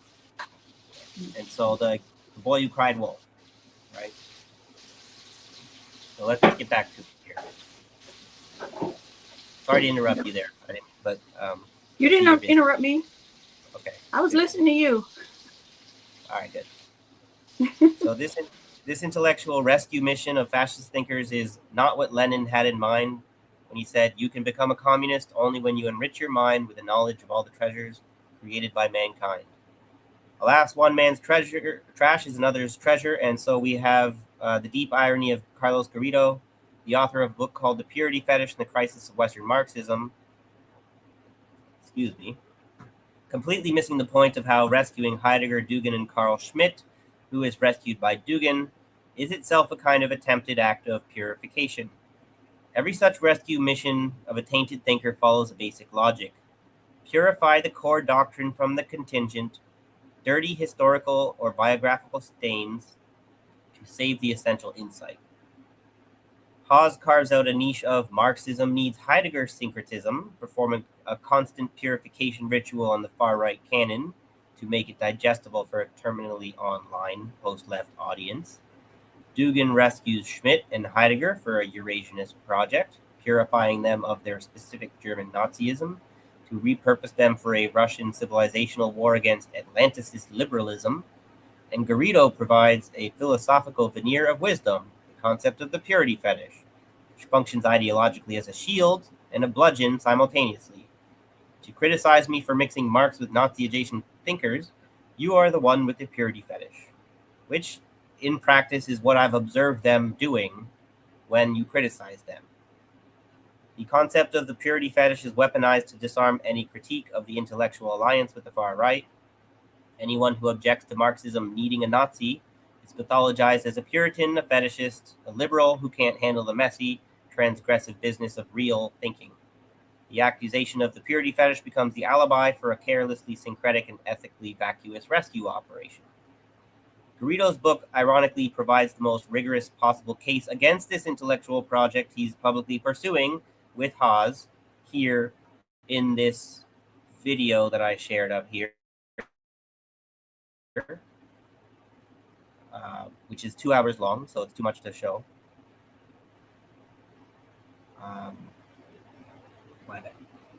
Where was I? So Garrido's book provides the most rigorous possible case against this project. In it, he apparently, I haven't read it to be fair, but I read the summary on the back, whatever, that told me that he apparently traces the origin of the problem of the purity fetish to the Eleatic school of ancient Greek philosophy, allegedly showing how it has appeared in 20th century Western Marxism and in contemporary U.S. socialism. In every form the purity fetish takes in Western Marxism politics, according to Carlos, the absolutist language is revealing. One finds not only the failure to obtain truth, but also the inability to create a revolutionary movement. The fact that he's going to sit up there with a straight face with Haas and talk about Marxism's need for Heidegger, who basically had a hardcore purity fetish for being in the world authentically, is particularly egregious. By being absurd enough to publish that book and then that video and likely defend what was said in it going forward, he has built himself a philosophical guillotine, then cheerfully placed his neck in the lunette.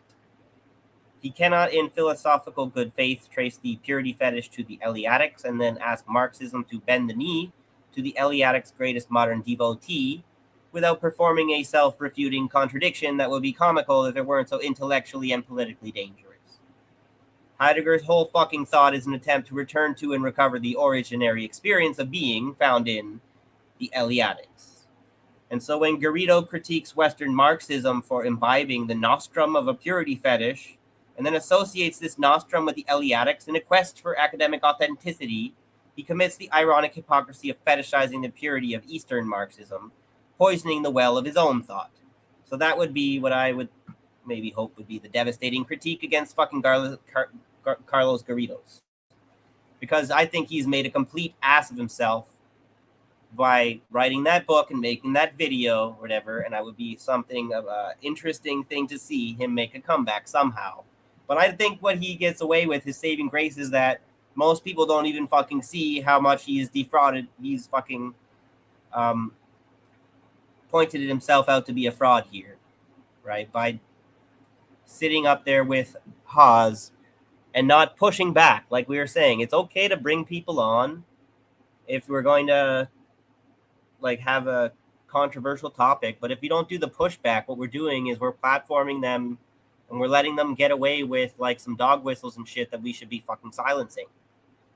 So I really think that these people have compromised the shit out of themselves, and it would be interesting to see what kind of happens going forward, except I'm not necessarily wanting to like subscribe to their channels anymore. I think it's going to be sad to watch. Like they're really just going to be a disappointment. Let me ask you something real quick. Yeah, go ahead. So like, if people don't push back because they want to keep access, do you think? I guess it depends on who it is or what have you. But is there a possibility that they're not pushing back because they're hoping the audience will catch the contradictions themselves? Or well, maybe. What do you think about that? Yeah, if you think like maybe the audience is knows like your thought process infinitely enough and gets what you're trying to do with your silence and stuff. Like, I mean, that's a big hope, right? Because the audience is looking to you to get the information, give them the information, and fill in the gaps that they need filled in, right? Right. So I'm kind of like reaching for a straw with that one, I think. Well, I think to do the devil's advocate, like you're maybe trying to do. Yeah, basically. Right. Well, there's the left always likes to eat themselves. So it's maybe some of the um, some of the left response to, like, just because they're right wings and fascist or whatever doesn't mean that they're not necessarily smart or capable of coming up with a critique that actually hits home as far as exposing a weakness in our thought. So I think maybe sometimes people wonder if, like, we try. Sorry, I'm kind of losing what I'm thinking here. Uh-oh. Um, so what you're saying about the fucking, you're giving them the benefit of the doubt or whatever. They're I'm saying, yeah, um, are there some hosts that you would try to give the benefit of the doubt to, that the reason they aren't pushing back is because they feel like their audience can decipher through the bullshit? oh, so the problem is, like, after the fact, if you don't push back in the moment, and then you see that you're getting kind of lambasted for it, it then it seems like you're only pushing back because people kind of push back on you for not pushing back, and now your after the fact pushback is not so much because you really disagreed with what they're saying, but because you're worried about losing whatever clout you've achieved, kind of thing. Ah, ha, ha, ha, ha. But it's impossible. That's That's a, an impossible standard we could be holding people to. Like, oh, you didn't in the moment, so obviously you're not. You know what I mean? no, that's a really good point, because that happened to Abby Phillips before. I mean, you've seen her show. She lets them get away with murder on that show. So it's like, Um, how many strikes but do you get someone? Is kind of like the how many times do you watch them not push back? Like with Savvy, and how many of the other people you see will bring like Scott Ritter on. How many of you are just going to sit there and let him talk with no fucking? You're supposed to be anti-imperialist. If you say that when he's not on, that's the kind of shit that you are. And then I when you mean, bring this person on and they say shit, whatever, like, just because they're your friend, like you and me, love you, but there's things we fucking disagree on and we fucking hash it out. love you too.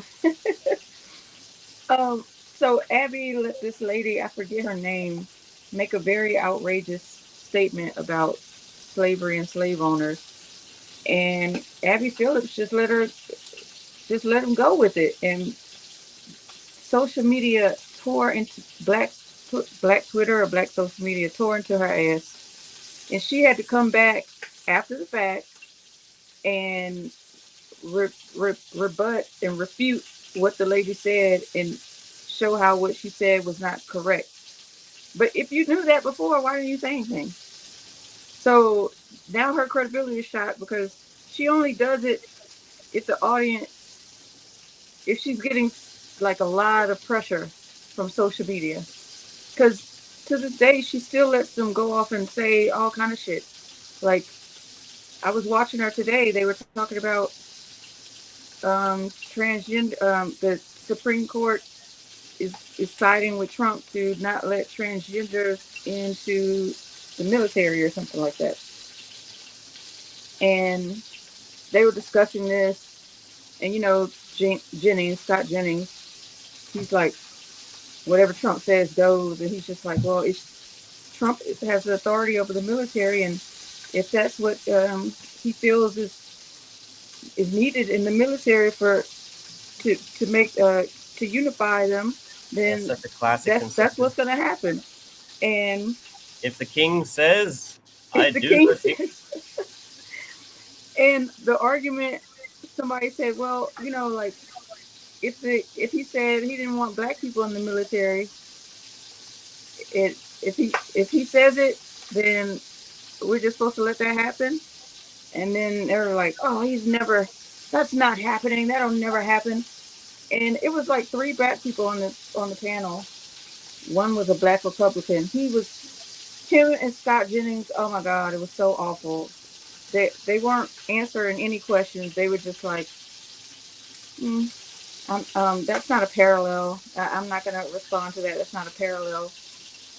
And I was like, why is nobody black on there pushing back? Because technically, they sort of did in a way, when they said people who have that you have to have shaven beards at all times, and there's no exceptions. So they took away that waiver for black men who would get that. I don't know the name of it, but it's because of the coarseness of their hair. When they shave the beard, it'll grow back into the skin. So I don't know the name of it, but It's all good. so technically, as much as he could without being told he didn't want any black people in the military, he kind of did that already. Nobody said anything, and I really hope they push back on that in social media. I hope Well, Abby Phillips has to come back and eat her words or her non-words. this is what's missing. I think what you're saying makes me think that what's missing in like the whole cancel culture conversation, because you get you try to cancel somebody, then people try to cancel you for being a canceler, kind of thing. It's like it's an interesting little, has everything to do with social capital, which is the whole Marxist language that explains everything that's going on here very effectively, but nobody wants to really validate. We can validate all these other people through association, like these grifters and stuff, but when it comes down to validating this authenticity of the historical claims of people like Marx and Engels and Lenin and fucking Mao and Stalin and all, like the thing is that they're saying with like social murder and social capital that people, like when you do things to gain people's favor, you have some kind of not actual capital but social capital. Like the credibility that you gain with people is clout. That's why we call people clout chasers, you know? So that's social capital in motion. And so we have to be very careful if we're going to use that as a devastating critique against the capitalists, not to get caught up in all kind of bullshit scandals of trying to socially murder people by taking away their social capital, by invalidating what they have to say because they're punching at us from the left or actually punching up, right? Like people might want to criticize me for being like the white, whatever, privileged white guy. But if you want to talk about economically speaking, more often than not, I'm probably punching up because I'm probably poorer than you, kind of thing, right? But we don't usually get to that part because we tend to focus on the other issues, the non-Marxist kind of analysis, you know? So shall I get back to it? All right, here we go. Eurasianism, multipolarity, BRICS, national salvation, and the effrontery of the Primakov doctrine. That's where I get a little fancy with my words. My bad. Here's a little definition, textbook definition of Eurasianism that I found kind of shocking. Sometimes you hear these words in modern discourse for a while, but you don't really go looking up the definition. And I encourage people to practice their citizen philology, whatever, citizen scientism, whatever. Look up the origin of words. It helps understand things. Eurasianism is a political and cultural movement originating in Russia that asserts the country's identity as distinct from both European and Asian civilizations. This ideology emerged in the 1920s among émigrés who opposed the Bolshevik Revolution, advocating for a unique Russian identity influenced heavily by Orthodox Christianity and a blend of various ethnicities. Eurasianists argue that Russia encompasses not only its geographical territory, but also a broader cultural sphere that includes Eastern Europe, which they believe should be viewed as historically Russian territory. So what is that? That is a imperialist, from a Russian perspective point of view. That is anti-communism, folks. In the early 1990s, apparently Dugin helped to write the political program for the newly refounded so-called Communist Party of the Russian Federation under the leadership of Gennady Zyuganov. Zyuganov has been the sole leader of this ostensibly communist party since its founding in 1993. It is not functioning democratic centralism. That's my Marxist-Leninist critique. Zyuganov was among the co-founders and Dugin one of the influential participants in the National Salvation Front, a red-bound alliance established in 1992 in the wake of the fall of the Soviet Union. Kroichkov, which I mentioned earlier in a fragment, was a part of the National Salvation Front as well, if not one of the leading co-founders. I believe he was also a co-founder. Dugin was the editor of a right-wing nationalist anti-Semitic journal called Dayan at the time, and this journal apparently served as the mouthpiece of the party. Dugin's ally Edward Limonov and their National Bolshevik Front were a part of the FNS as well. Limonov once described Dugin as the Cyril and Methodius of fascism since he brought faith and knowledge about it to our country from the West. That's the receipt for that right there.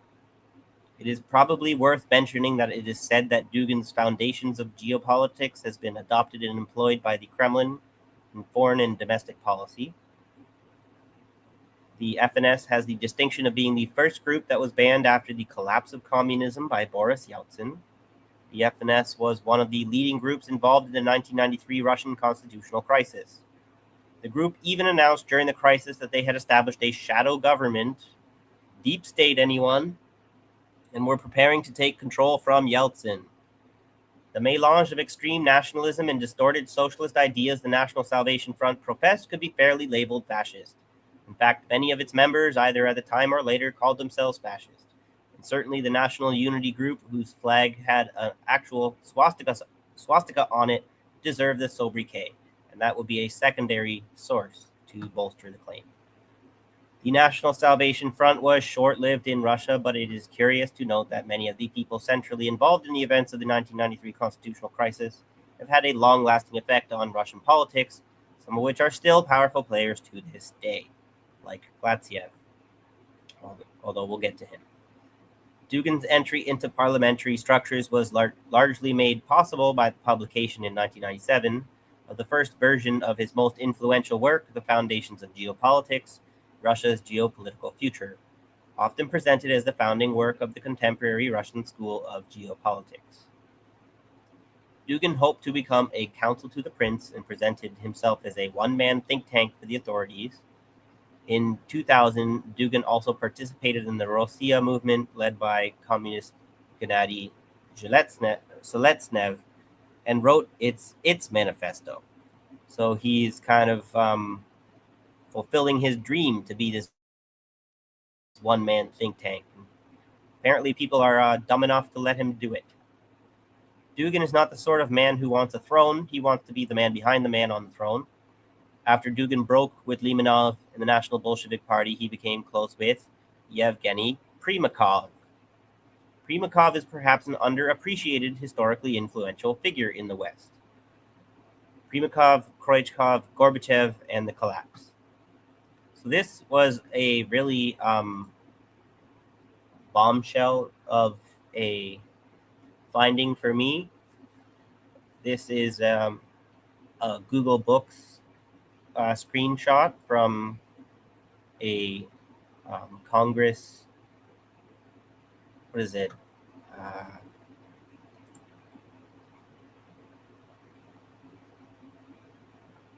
It's basically congressional hearing on Russian money laundering in the United States. So as far as citing the fucking United States as a Congress, or United States Congress as a source, I get that, right? But if there's some truth to this, and I'm sure that there's it's beyond the United States Congress, that if we go digging into this, there's some Russian records from the KGB had records that we have access to now after the collapse of the Soviet Union or whatever. There's got to be evidence of whether there's some fucking truth to this. This is a fucking huge claim right here. So Primakov apparently was responsible for robbing the Soviet treasury during the collapse, ostensibly because with Gorbachev and them, they were untrustworthy of having control of whatever the government's finances. So my point is that in the United States, everyone recognizes how the CIA has completely kind of taken control of the government, and there is no trusting the CIA anymore. Need to kind of abolish it. That's a big demand for libertarians and communists alike, right?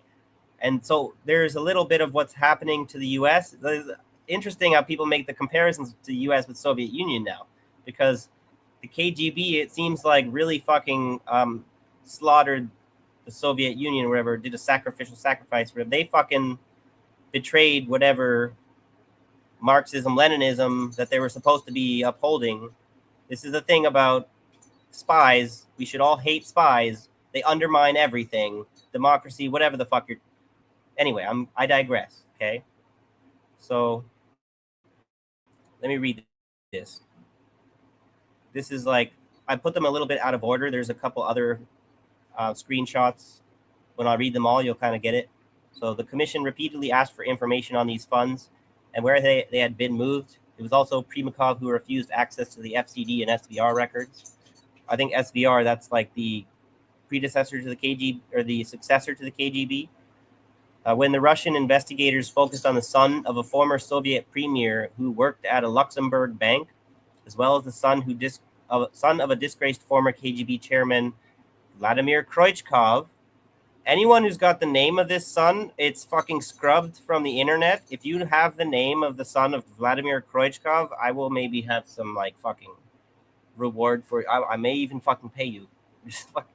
Anyway, the son of a disgraced former KGB chairman, Vladimir Kroichkov, who was a KGB resident in Switzerland, Primakov acted quickly. He blocked the investigation and persuaded Supreme Soviet Chairman Ruslan Kazbulatov, which, if you remember, Ruskov and Kazbulatov, whatever, involved in the 1993 constitutional crisis. All the names are coming together.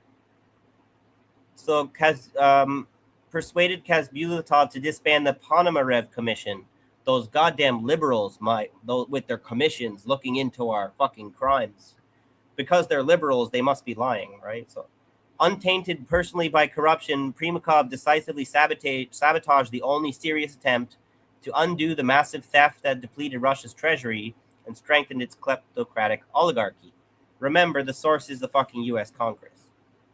Therefore, as this information was widely known from public sources, it is noteworthy that the current U.S. administration took Primakov seriously during meetings of the Gore Chernomyrdin Commission, or when Primakov asked for U.S. government assistance in looking for the funds that had been looted from Russia.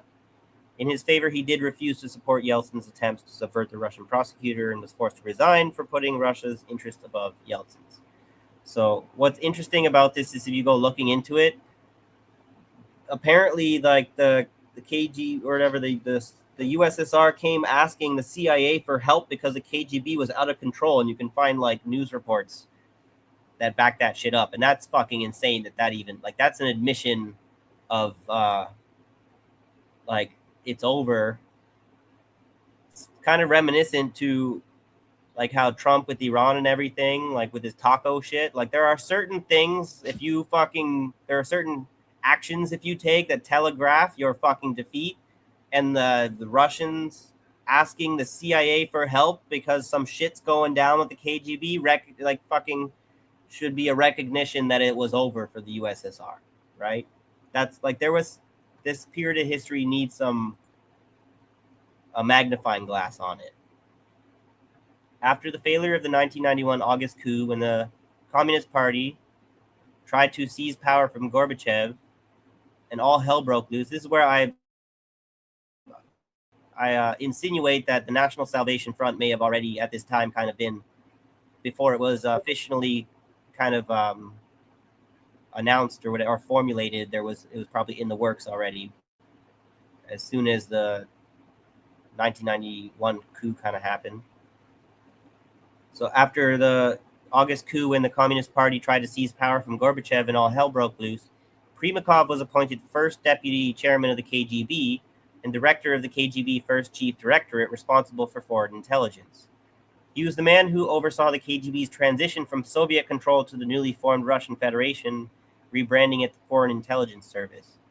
Primakov preserved the old apparatus, fired no one, and changed nothing, apart from the seismic paradigm shift from a communist to a nationalist ideology. So if you want to fucking believe the lie they sell you that he fired no one and changed nothing, I'm sorry to tell you that is a huge fucking change. That's not a fucking preservation, okay? Kroichkov, however, is insinuated by some to have been the leader of the 1991 putsch, or considered by most historians, you know how it is, maybe, with fucking bourgeois historians, victors writing history, right? Um, so Kroichkov is considered by most historians to have been the leader of the 1991 putsch. And while I've heard it repeated a great many times with a great deal of bitterness and resentment that it was all Gorbachev's fault that the Soviet Union collapsed, that if anyone deserves to wear that albatross for all time, it's Gorbachev, maybe, just maybe, Kroichkov deserves to catch some fucking shade too. In the aftermath of the coup, Gorbachev apparently put what he thought were two of his most trusted aides at the KGB, Vadim Bakitin at its head, and Yevgeny Primakov as director of overseas intelligence. That decision is probably up there with some of the biggest mistakes of all time. So this is continuing from the excerpt of above. Well, staff from Foreign Intelligence, KGB First Chief Directorate, became the creators and developers of commercial frameworks of the illegal economics of the CPSU. Colonel Veselovsky of the PGU staff was called in November 1990 from abroad. He was a specialist in international economics and was transferred to the work on management of the Central Committee of the CPSU. Veselovsky prepared documents for the small enterprise Galactic and other firms, where almost 1 billion rubles belonging to the party had been transferred. Veselovsky accounted meticulously for his activities to the leadership of the KGB. Consequently, the archives of the KGB are full of detailed accounts of the creation of commercial structures and their managers. The firing of Veselovsky 2 weeks before the August putsch is especially noteworthy. Shout out to Noteworthy. Veselovsky immediately left for Switzerland, where he found himself a job as consultant in 4 foreign firms. Prior to his departure, Veselovsky is reported to have given a briefing of his planning and organizational work to 4 members of the Russian Politburo, one of whom is reputed to be Yevgeny Primakov. Yevgeny Primakov was then installed as chief of the FCD on September 30th, 1991, and then made chief of the SVR, the successor to the FCD, in December 1991, where he remained until January 1996. The FCD and then the SVR remained active in moving Russian funds and resources out of Russia during most of this period. Therefore, it is clear that Primakov had direct knowledge of these activities. At that time, Russia's wealth already was vanishing into a black hole.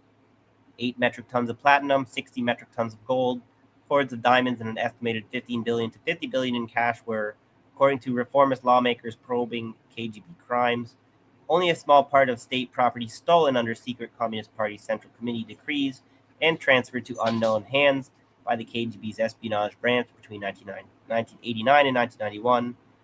Primakov held the keys to their recovery.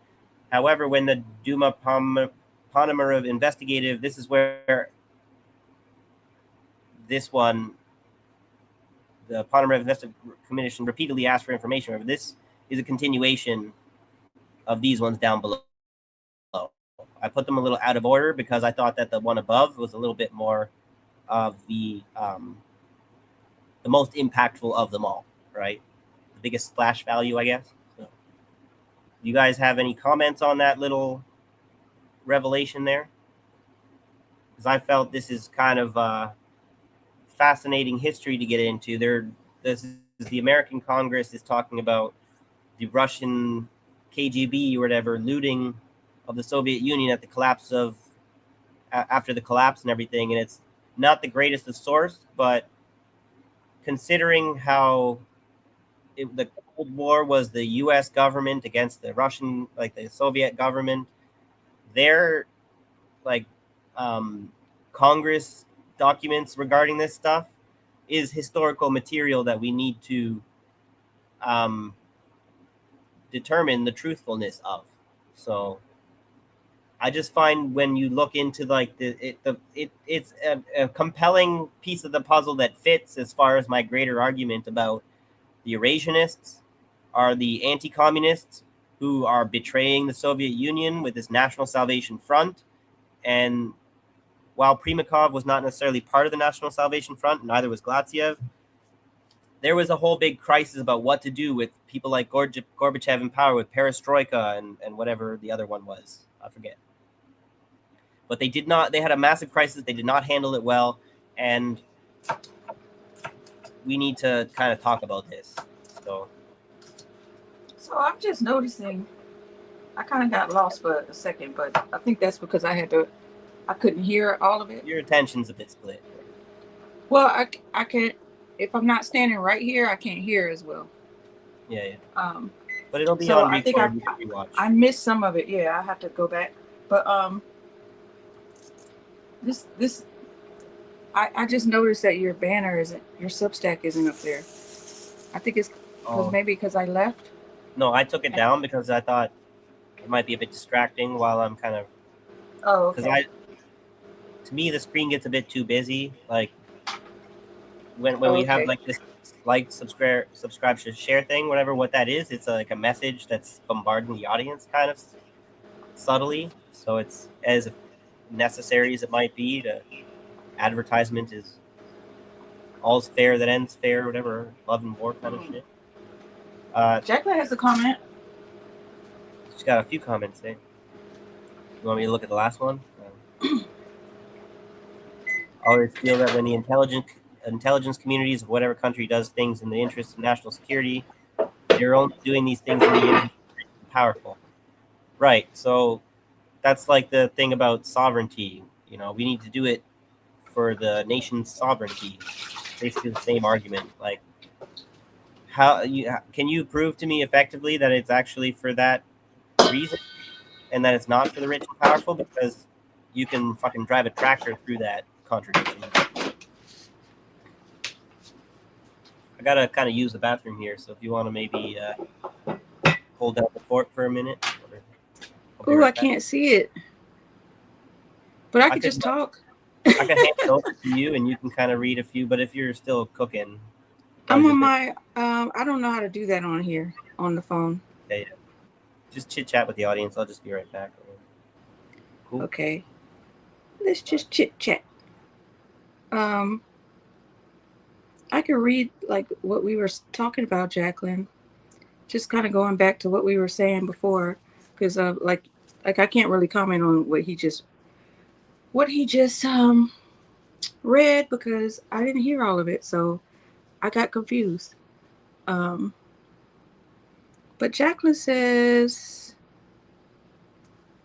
if the audience is smart enough to see through the contradictions, then they should be smart enough to spot that the interviewer isn't criticizing or pushing back against these contradictions. So that's what we were talking about earlier about not pushing back on your guest, and uh, if that's a if that's a tactic to make sure they continue to come on and you feel that your audience understands enough about it. I feel like, say, myself and Michael, if we had someone on that we couldn't hardly get access to, um,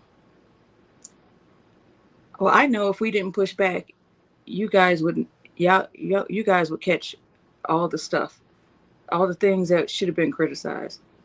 But like, say if we were bigger, like, you know, a Jimmy Dore audience or something, everybody's not going to catch it, right?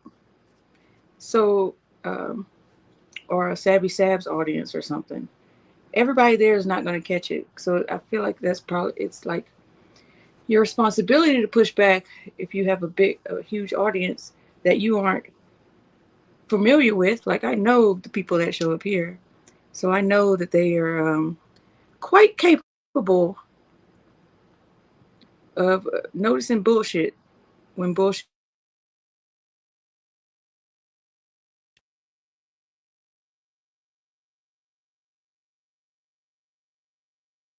All right. I'm back. Um,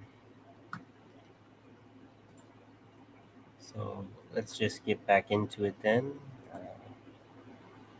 Are you glitching out right there? Are you something's going on with Abby's screen? Oh. Well, maybe I should just carry on then, and she'll be back whenever her tech sorts its issues out. Okay, here we go. So, if the excerpts from the congressional hearing on Russian money laundering, edited by James A. Leach, are to be believed, Primakov and Kroichkov did at least as much as Gorbachev did, not a whole lot more to bring about the end of the Soviet Union. And if Marxists do indeed pride themselves, and should, on their historical materialist method, the importance of a concrete understanding of the history of organizing and struggle in particular, then approaching this information dialectically, this pivotal period in history, these great and terrible men theory of history-esque accusations and counter-accusations of men who had a great deal to lose, both reputationally and materially, owning up to and accepting responsibility for such catastrophic choices, is the most appropriate way to determine what the fuck actually happened here. It has to be noted that according to the publicly available historical record, at least, Primakov and Khrushchev were on opposite ends of the 1991 putsch attempt, the 1993 constitutional crisis. Primakov served as the first director of foreign intelligence during the Yeltsin administration, and Khrushchev was part of the National Salvation Red-Brown Alliance that was in opposition to the Yeltsin administration. Much like it might be worth noting that Sergei Glatziev was not officially involved with the National Salvation Front, just like we're noting how Primakov was not officially involved with it. For over the past decade, Glatziev has held a prominent position as an advisor to Putin on regional economic integration. During much of this period, he also served as a minister in charge of integration and macroeconomics at the Eurasian Economic Commission, the regulatory body of the Eurasian Economic Union. He currently serves as the State Secretary of the Union State of Russia and Belarus. And by the way, Primakov and Putin have a bit of a history too, as far as support and opposition. I think Putin kind of rode the coattails of Primakov until the point where he supplanted Primakov, and Primakov now supports Putin, just like Glatziev and the fucking Communist Party that's in so-called opposition, or the controlled opposition. So during much of this period, the regulatory body of the serves as Union Secretary of the Union State of Russia and Belarus.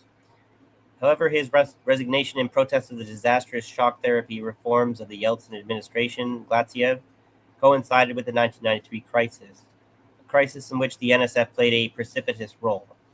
His subsequent highly successful career and his survival, I'd say thrival, which is apparently an unconventional use of the term, but he didn't just fucking survive, he thrived through the embracing and championing Primakov, LaRouche, and their policy prescriptions, as well as his championing of Dugin's Eurasianism, provocatively suggests that what meets the eye is not all there is to see here. My point being, just because he was not Glatziev was not a member of the NSF does not mean that he was not an ideological fellow fucking traveler. The precipitating cause of the 1993 crisis was not merely the NSF's decision to take up arms.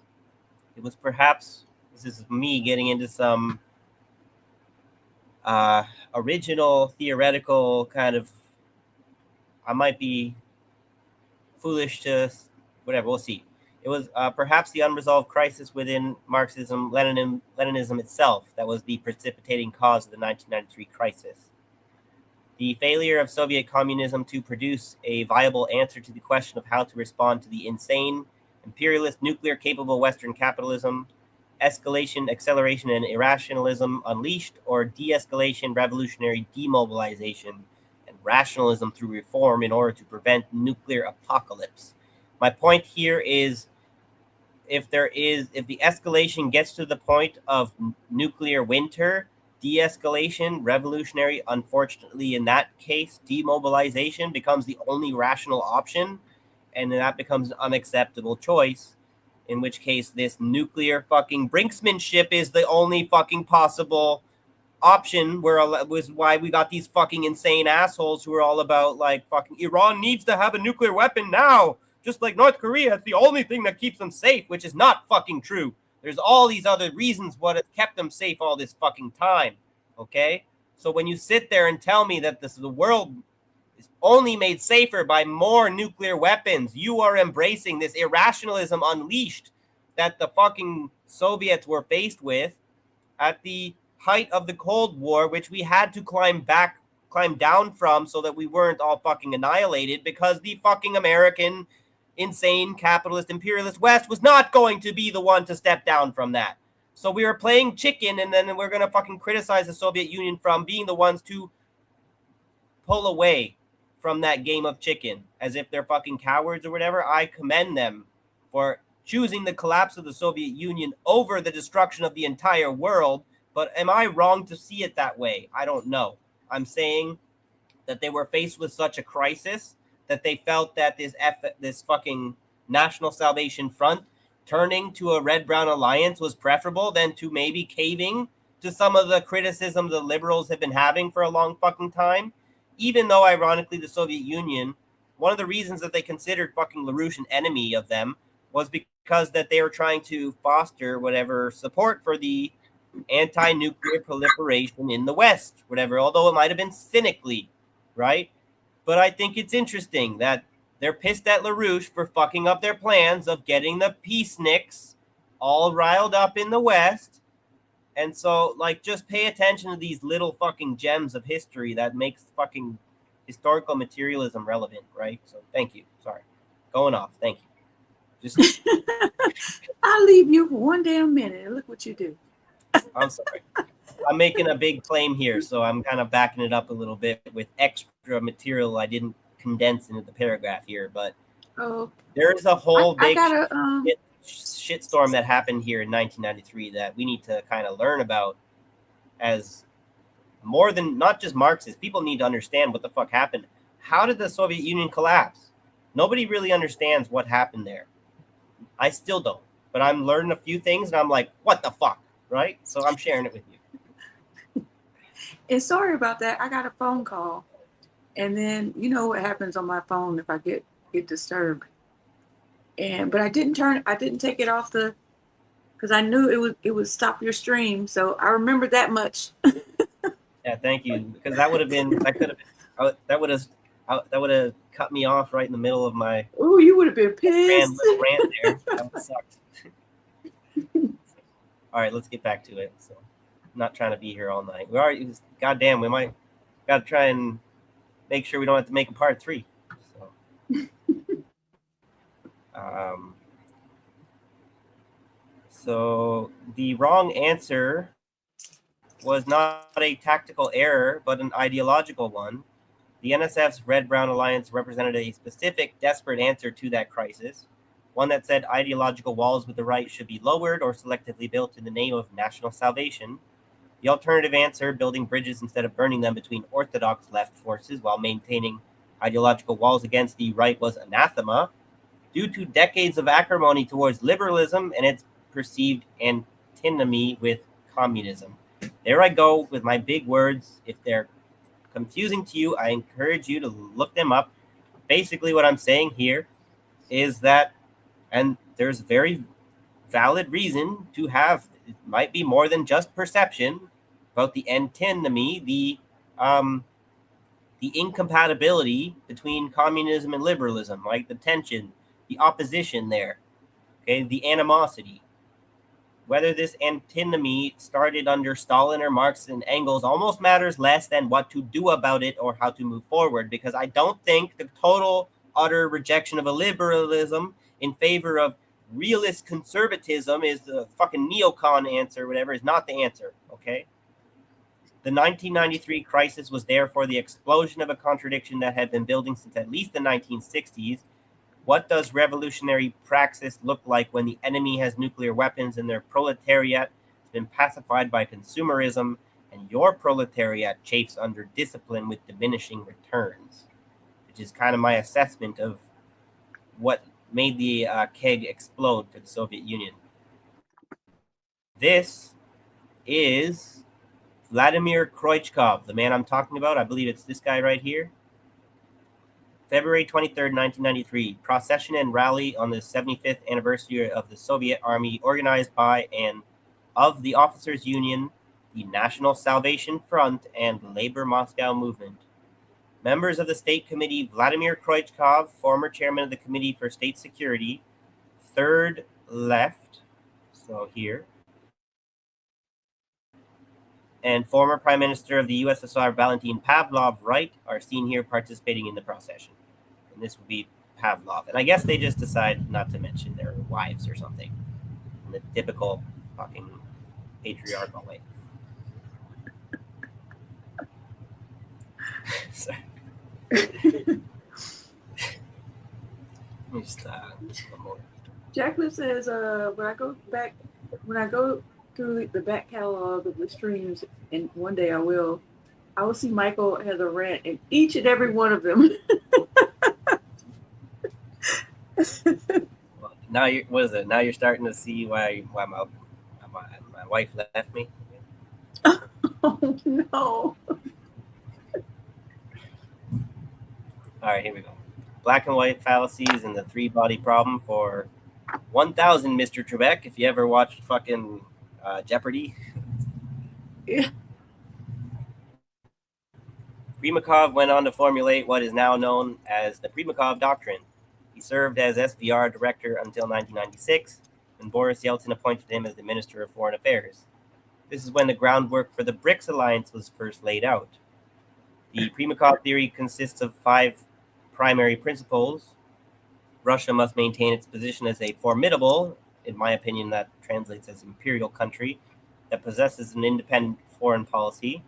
Russia should strive to construct a global system characterized by several centers of power, multipolarity. Russia should actively pursue the integration of Eurasian nations and strive for supremacy in territories that were formerly under Soviet administration. That is a imperialist, revanchist goal. Russia must proactively endeavor to halt the expansion of NATO. No real complaints there. That's a fucking insane fascist fucking organization that should die. Any day now would be nice. Russia must pursue strategic collaboration with China and India. There's a Substack source that I quoted about the Primakov that to me needed a little bit of fleshing out, so maybe I should have used a better one, but whatever. It must also be noted that the concept of multipolarity itself may have its origins in a much darker place than many of us could have ever suspected. The term multipolarity itself was coined, ironically enough, by what could fairly inaccurately be described as liberal scholars of international relations theory. However, Carl Schmitt, which is a Nazi jurist, a legal scholar, not a fucking philosopher, but I guess a legal philosopher, whatever, but a Nazi all the same. Very important man we need to be learning about right now, considering he is being kind of rehabilitated by the new right. There's a certain school of Nazi thought that sort of feels like they went wrong by going with Hitler, and they could have gone with people like Schmidt and like other kinds of like Strauss or whatever. Leo Strauss, is it Leo? Whatever. There's the Strausserites or Straussians. Those fucking names get me mixed up. Anyways, there were factions within the Nazis, and they still exist or whatever, and maybe they have changed places, right? So the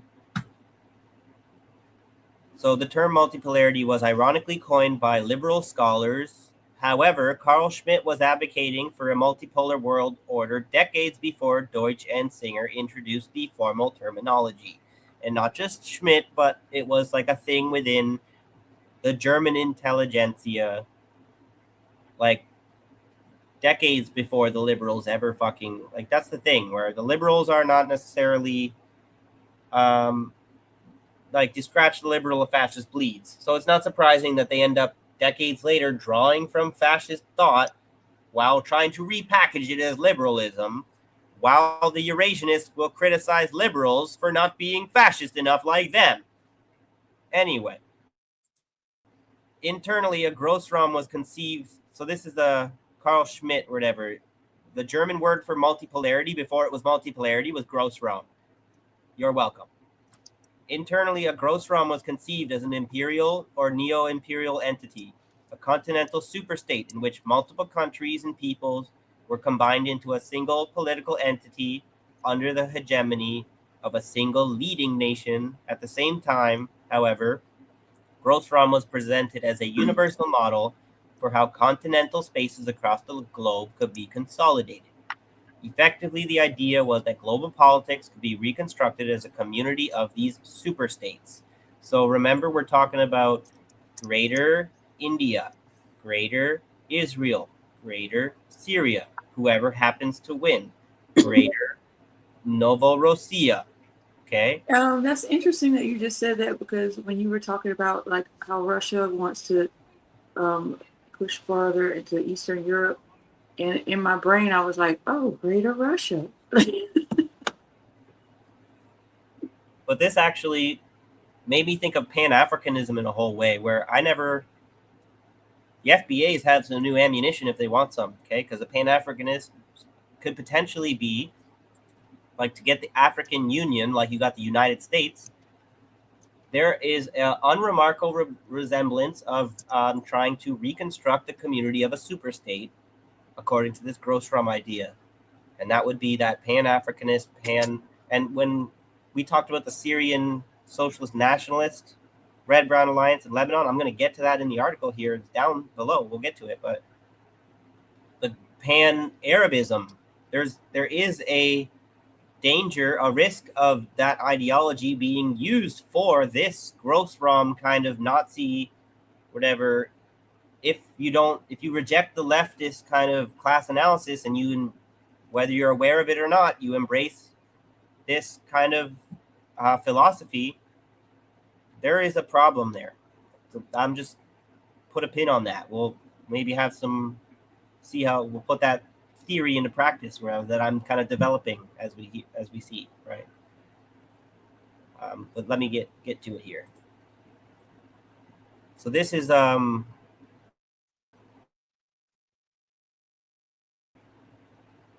this here was a quote from this source, DKG 2023, and there's a screenshot of the next paragraph, which I felt really hammers it home. So the second part of this paper considers how in the 1990s, the collapse of the Cold War order brought the Grossram concept in its original sense back into political discourse.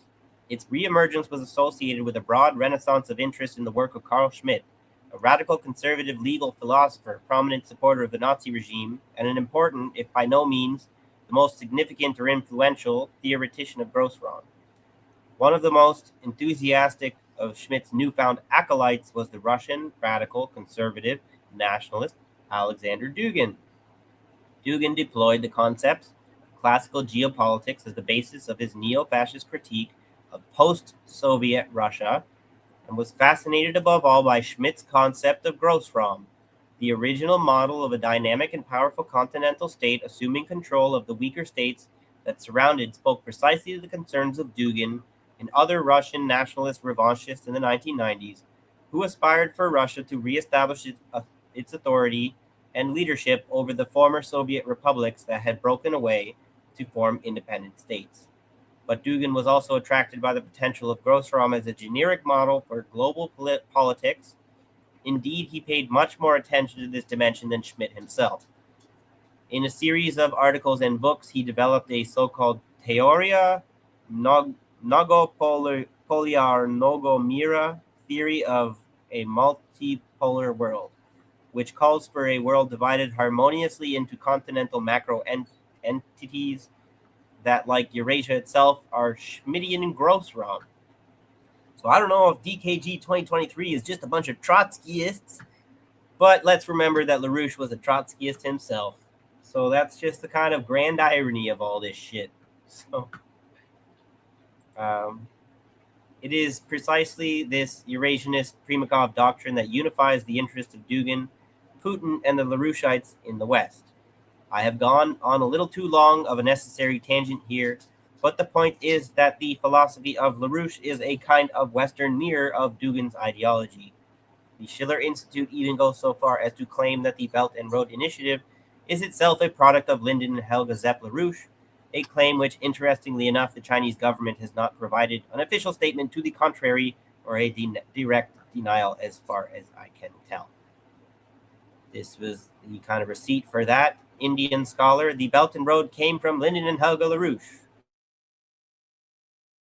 This is from the Schiller Institute itself. Right there. Up until recently, Western geopoliticians have attempted to dismiss such initiatives as fringe concepts. This is a quote.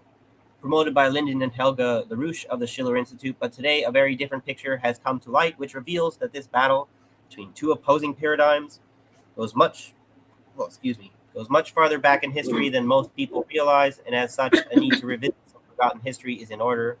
It is, after all, due to this potent conception of history as a, in my words, Manichaean struggle between the binary fallacy of two opposing paradigms that the LaRouches and their allies have been able to advance such policies mentioned above for over 4 decades. And that's from the CanadianPatriot.org. You know who the CanadianPatriot.org is run by? Matthew Arrett. You guys, Who's I don't that? know if you've seen him he's in the independent media spaces or whatever. He is has a strong working relationship with Whitney Webb, right? You see Whitney Webb does great work, right? But this guy is like a diehard fucking, or maybe not so much anymore, but when he was in the paint, he was in the paint, all right? Fucking. And then, so he notably had a strong working relationship with Whitney Webb, but also I saw him with fucking Kurt Metzger like just a couple months ago.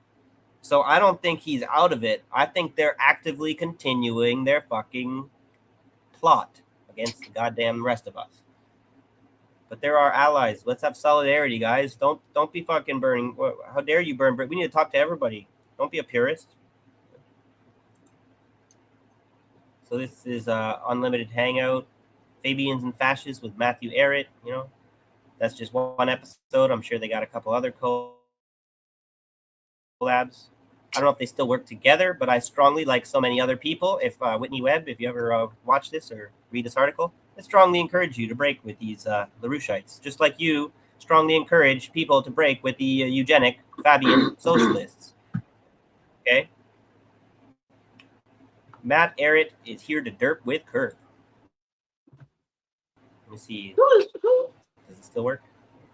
Excuse me, who is Kerp? Oh, no, that's just a screenshot. My bad. Yeah. Kerp the derp with Kurt. I've seen that. That's seen that a couple fucking of times. Jimmy Dore for you. Huh? Kurt Metzger was like Jimmy Dore's like right-hand man dude. or whatever. I don't know. Okay. Ugh. So fucking. So guess where the LaRouche influence reaches into Jimmy as well. That's what I'm saying. These people put their fingers in fucking everyone's pies. That's the entryism as far as the Trotskyist technique. Instead of the vanguardism, you come to us, we'll lead you because we actually have the right to be whatever. We have the right kind of mass line. We're not bullshitting you or whatever. That's supposed to be the orthodox kind of Marxist-Leninist or whatever. You should follow us because we're worth following. No, the Trotskyist thing is, don't try and follow us because we're worth following or whatever. We'll come to you. We're going to infiltrate all of your parties or whatever, and we're going to make your party Trotskyist. You know, that's why the Marxist-Leninists have such a fucking axe to grind against them. So then why are you letting the LaRouchites in on your shit, eh? Once a Trotskyist, always a Trotskyist, eh, Noah Krachevik?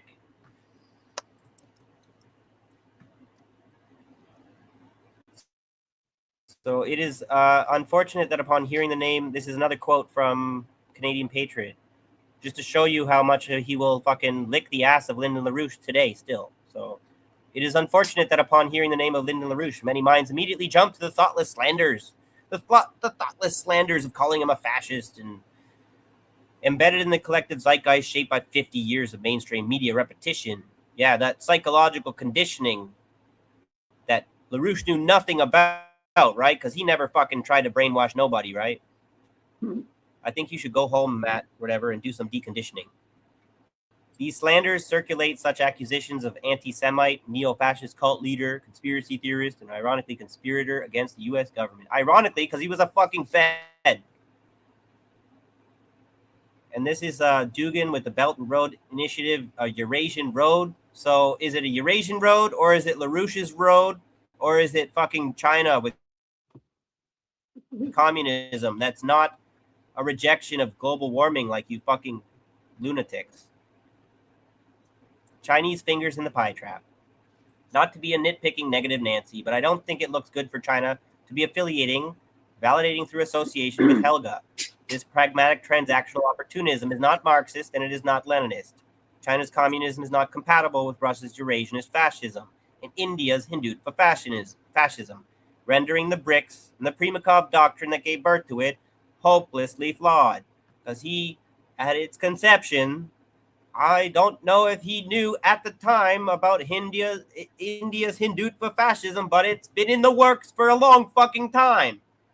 The Hindutva fascists have been worshipping Hitler's ass since the fucking beginning. Pretty sure they still will fucking sit there. If you go looking on the dark corners of the internet, you'll find them sitting there praising Hitler. Which is why it's embarrassing. I should have fucking included it, but I did find a receipt with Nico House or whatever talking to a Hindutva guy, and it was like, what the fuck? I'm gonna have to find that again or whatever. But like, stop treating the Hindutva fascist movement like it's not fascist or whatever, or like the Syrian fascists, like because they're brown, they're not capable of being fascist. You recognize how there's a kind of fucking chauvinist, like white kind of view, like racism there, you know? Anyway. Who are you telling? But it's a white guy saying that, of course, right? So and no, this it's is not where, just you. this is where I'm gonna pick a fight with people for sure. And spoiler alert: China's communism is not compatible with Iran's Islamic Revolution, and Iran's Islamic Revolution is not compatible with Russia's Eurasianist fascism. So as far as what the fuck is happening with this whole war that's not a war right now, these dynamics are not being understood or analyzed at all, and we're sitting there like, oh, Iran's got they got the victory in the bag. America has no clue what they're doing. But it seems to me like the fascists around the world seem to be fucking winning, whether they're American or not. So I don't know if the Americans are as stupid as you think they are, okay? I'm sort of seeing like the same tried old pattern is repeating itself. Doesn't matter if they lost the actual kinetic war in Vietnam. Doesn't matter if they lost technically the war in Afghanistan. After 20 fucking years, they destroy the economy of the nation, they still fucking win. So tell me, how does Iran have sovereignty when they have no fucking currency of their own? They're relying on cryptocurrency to survive right now. That is the lack of sovereignty that they have. That means that they are under the diktat of whatever the Chinese say, or the Russians say, or the Americans say, and they are choosing the Russians and the Chinese for now instead of the Americans, but they don't have sovereignty like you sit there and say that they do. So I understand they're having a very passionate defense of their nation right now, but they're being attacked economically much more so than they are being physically right now. We're not talking about the economic warfare. That part I wasn't aware of. Is that how they're freezing when they freeze? Because I can't remember who it was. I think it was, God, I could see his punchable face. Benton, what's his name? Shit. Bennett. I can't think. That's the last name. I forget. I can't remember, but I could see his little punchable face in my mind. But he was talking about how they were taking people's wallets, passwords, and freezing crypto wallets. And I was like, wait a minute, I thought that was the whole point of cryptocurrency. So the government wouldn't have any control over your money. How the fuck are they freezing crypto wallets? That's something I meant to report on, but like there are actually a lot of things that where is Golden Monarch when you need them? There are noteworthy things that we need to talk about, but there's like we're focused on other things. We don't have time, but there was a story I meant to report on about the Israelis successfully managed to steal like 90 million of Iranian cryptocurrency off of their markets and just fucking destroyed it, where they like lit it on fire, you know?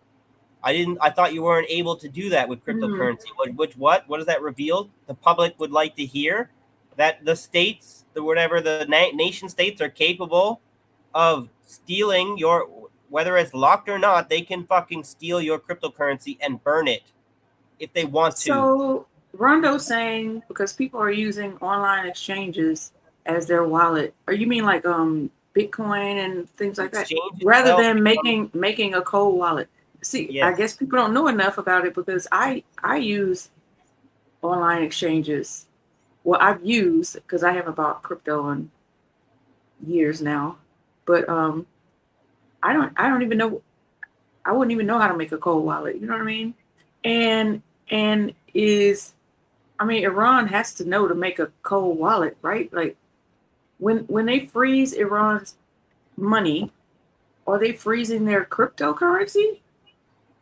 I'm Even the concept of a this cold is wallet, okay, if you really want to get into, like, I'm not really tech savvy enough for this, but there is no such thing, as far as my suspicions are concerned, as a truly cold wallet, right? so he's I'm saying a sure there's cold some kind wallet. of fancy way to turn a cold wallet hot, you know. Well, let me read this first, and then you cold wallet meaning a USB with your crypto keys on it that you keep offline. So then they won't have access to your keys. So that makes, but I mean, you have to I don't create the know. key. Are You we have to create the understanding? key online to put it on your USB. But with So this is where I don't think the average I don't person know. understands enough about how, like, the physics and the computer chips and everything work. Where just because it's offline or whatever, if there's a kind of device or whatever that can trigger the processes of the wallet that are designed to bring it online, all that it's an arms race. It just means coming up with a visionary way of triggering that process. Like, this is why it's extremely dangerous for everyone to get on board with the technocratic whatever way of life, because it only ends in money going into technological innovation at the expense of human development, to the point where we can develop these super sophisticated ways of destroying each other and robbing each other. And we're only going to have to continue to accelerate down that arms race to make sure that we can't be robbed and destroyed or whatever. And by doing so, we ensure that human development never actually takes place, because technocratic development is the only fucking thing that matters. All right, let me just have a little bong toke and then we'll get back to this. Not the bong coke. Oh, I found a beautiful bong. I think I was like cleaning out something. It's so pretty. I'll have to show it one day. It's like, oh, so pretty. I don't even smoke. Not because I don't want to, just because I can't. Like, I I encourage you not. can't think. Like I'm. I enjoy it. like you, Bad. yeah. But you can like it slows your brain down so you can catch thoughts. For me, it just makes me like I'm in my own little world and I can't actually interact with people the way I would want to. So that's the only reason why I don't smoke. Sometimes my thoughts are too fast, and it does help me be more normal again. But there are times where it does kind of, the cumulative effect catches up with me, and this is where, not to like be, um, flipping sides and advocating for the fucking propaganda of the medical establishment that's always been like the reefer madness is so bad for you, or whatever. But being dialectical or whatever, you got to recognize the cough that I have is not good for me, right? Some of the cannabis effects are not good for me, and I want my kids and everyone, the younger generations growing up, not to be deceived by me feeling the need to be hiding my shame or whatever about maybe making some mistakes. But it's But kind of there's like there's a like different there's like appellation. So yeah, there's natural things you could do to strengthen your lungs with that cough, and there are that's where certain the ways you could allopathic. smoke. Yeah, Yeah. yeah. Hi, Black Ninja. The What's up? kryptonite. Let me put Good it to up see on the you. screen. Good to see you. Hope you're enjoying this. This might be a little bit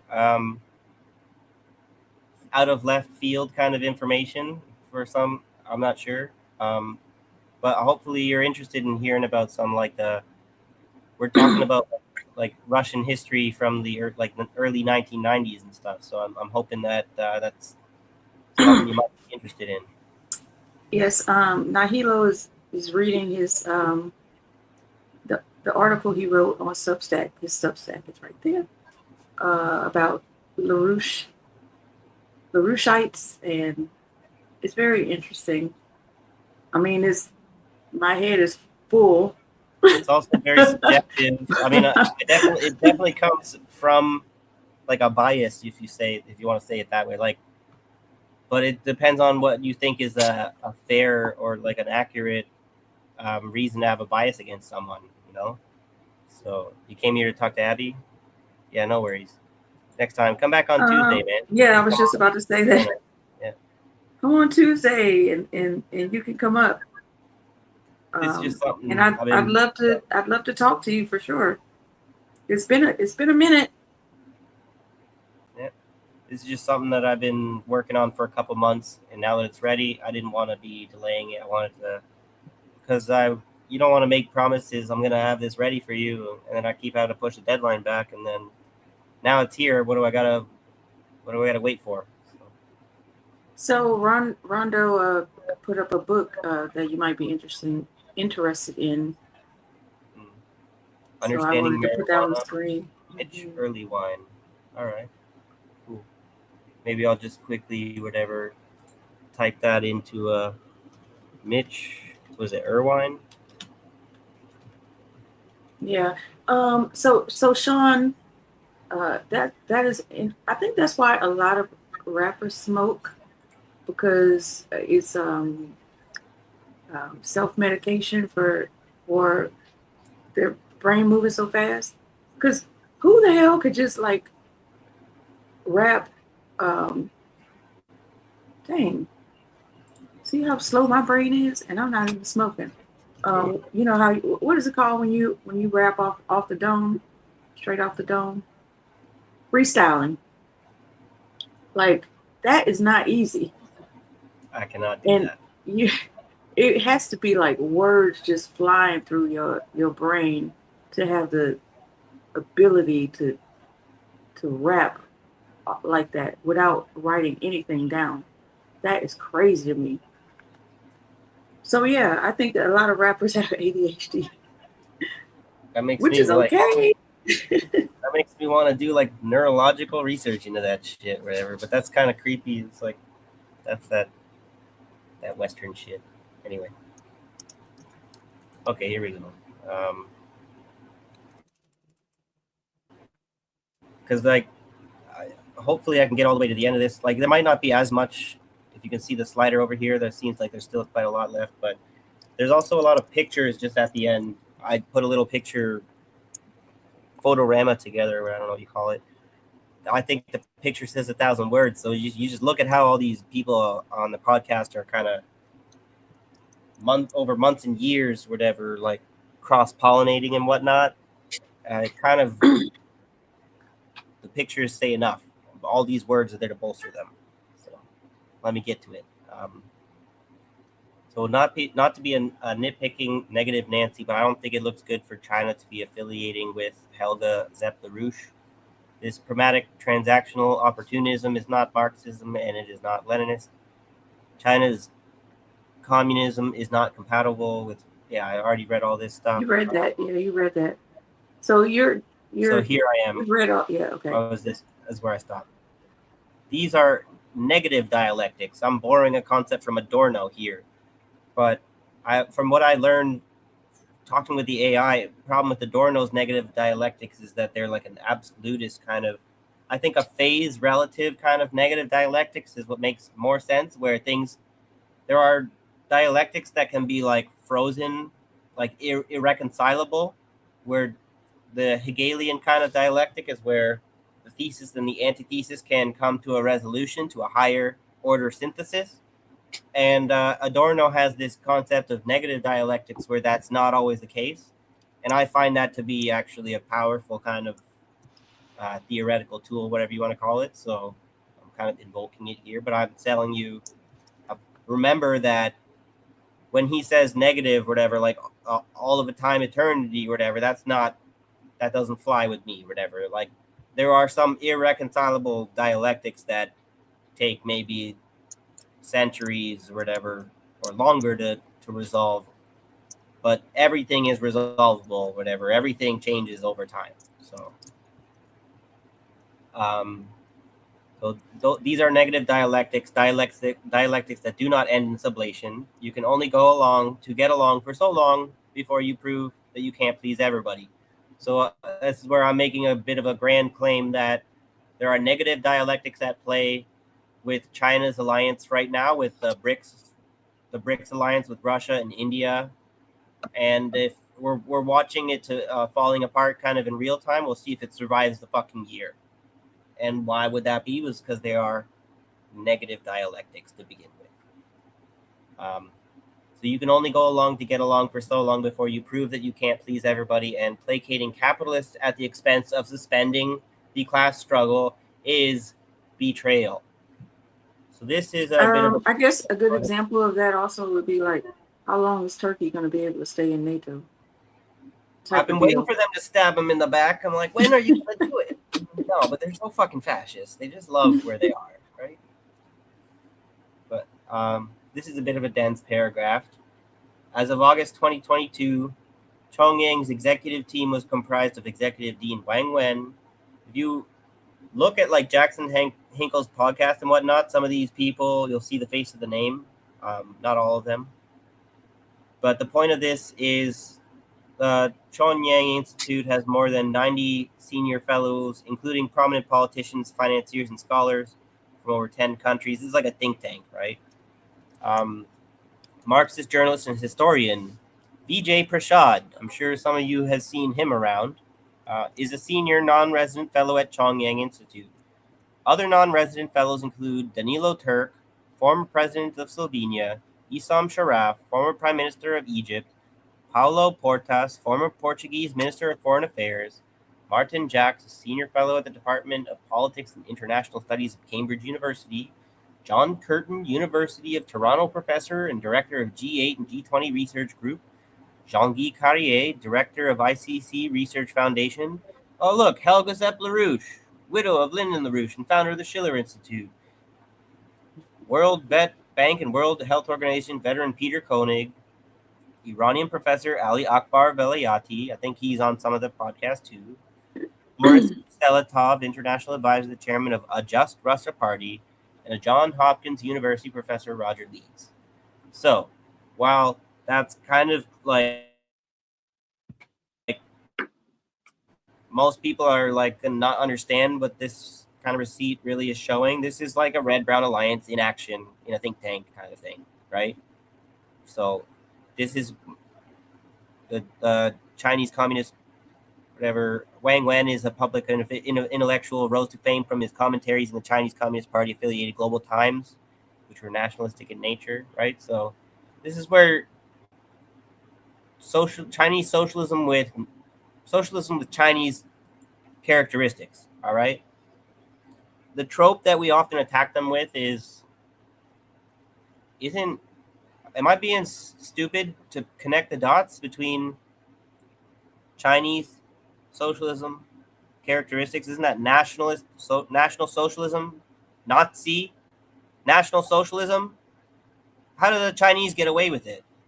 Because they're Chinese, it's different. You just have to they have work to do to ensure that they are not, if they're going to be national socialist and prove that that the Nazis are using that as a fucking trope, they better not turn into better not work with Nazis like Helga Zepp LaRouche is my point, right? There's only so much the mysterious Chinese culture you don't understand, you dumb fucking Westerner, whatever, you uneducated person who can only speak one language. I get it. I'm very ignorant in a lot of ways, whatever, but you're betraying basic fucking logical principles here with your fucking red, brown, whatever. It's very dialectic, whatever. Is it? But I mean, isn't that the same thing that they do here about the proletarian? Am I pronouncing that correctly?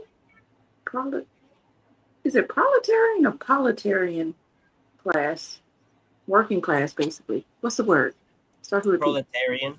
Proletarian. Okay. Yeah. I was saying Okay. Isn't that kind of the same thing with that? Because there are working class that are far right, and then there are working class that are centrist, and working class that are far left, right? So how do you come together?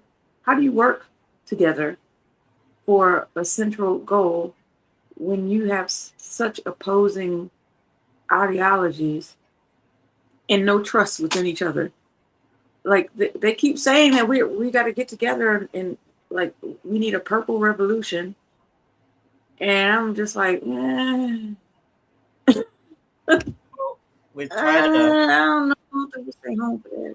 you have to make sure that you're doing your historical materialism diligently, because you have to recognize here not to be too hard on China, but also like not to let China get away with it, because um, the way that the communists won in after 1949 was they banded together in a red brown alliance with the Kuomintang that that really they should fight against. They should have fought like they were fascists, right? They were eugenicists, the KMT, the people who went to flee to Taiwan. And why did they band together? To fight the worst threat of the Japanese imperialist invasion. So this is the thing that actually validates the fucking Anton Chekhov guy or whatever, if you want to criticize him for being a liberal or whatever, about he makes an argument on some of his other publications or whatever about one of the things that causes fascism to arise is like pressure from an outside invader. So imperialism gives birth to fascism by invading like it does, right? There's nothing wrong with that, even if it comes from a liberal, as far as it's logically sound, right? So There's a comment on the floor for you.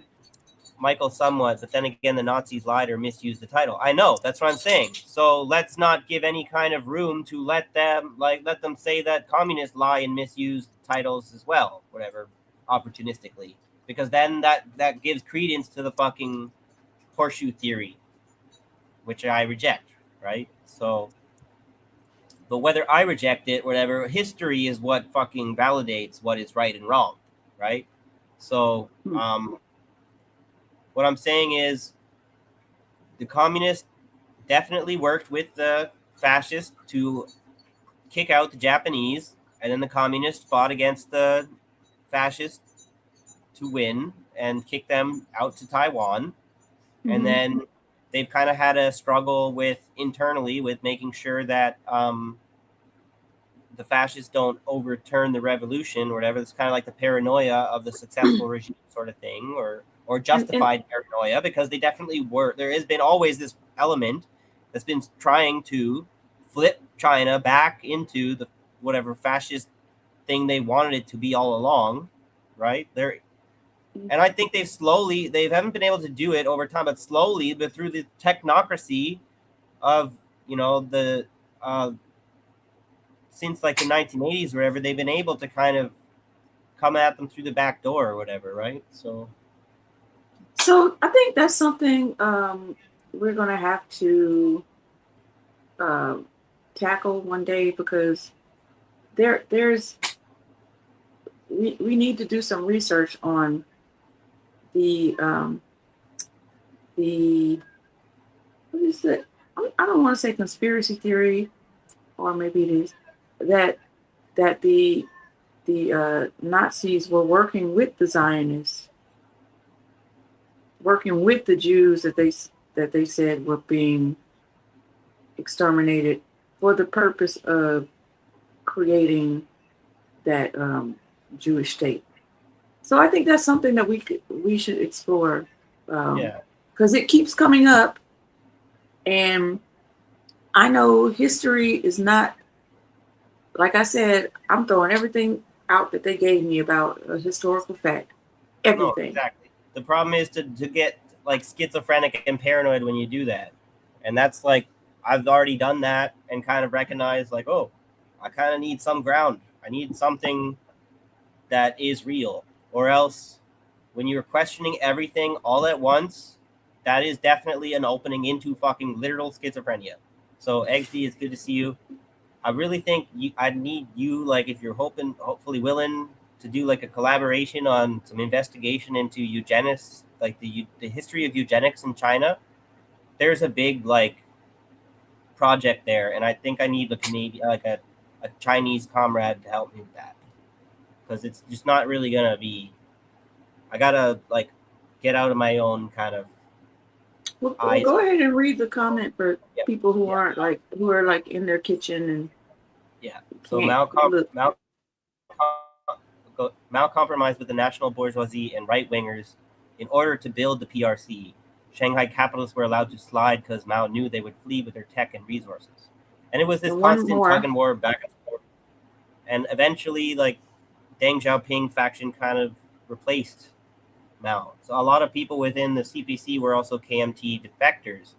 And this is where, so the National Salvation Front idea specifically, I want to do another article on this. I need to find more like credible sources than like Wikipedia or whatever, but National Salvation Front, Russian, like I was talking about earlier in this article, the Russian NSF, and there's a Lebanese NSF. And ironically enough, I think the idea literally comes from China. Because since publishing the article, I've been looking into eugenics in China, and there is a National Salvation Front kind of language cropping up in relation to eugenics when I'm searching about it. So it's like, is it a CIA thing, or is it like it's a phenomenon for sure? And it's attached to eugenics, fascism, whatever, Red Brown Alliance, where there's some digging that should be done here. And I think it should be done by more than a white guy. All right. So I think we got to kind of wrap it up. It's like 9 o'clock. Okay. Maybe we're going to have to do a part 3, but maybe I'll get to this last paragraph. I just got a couple it's a long, I see why you took months. The point is,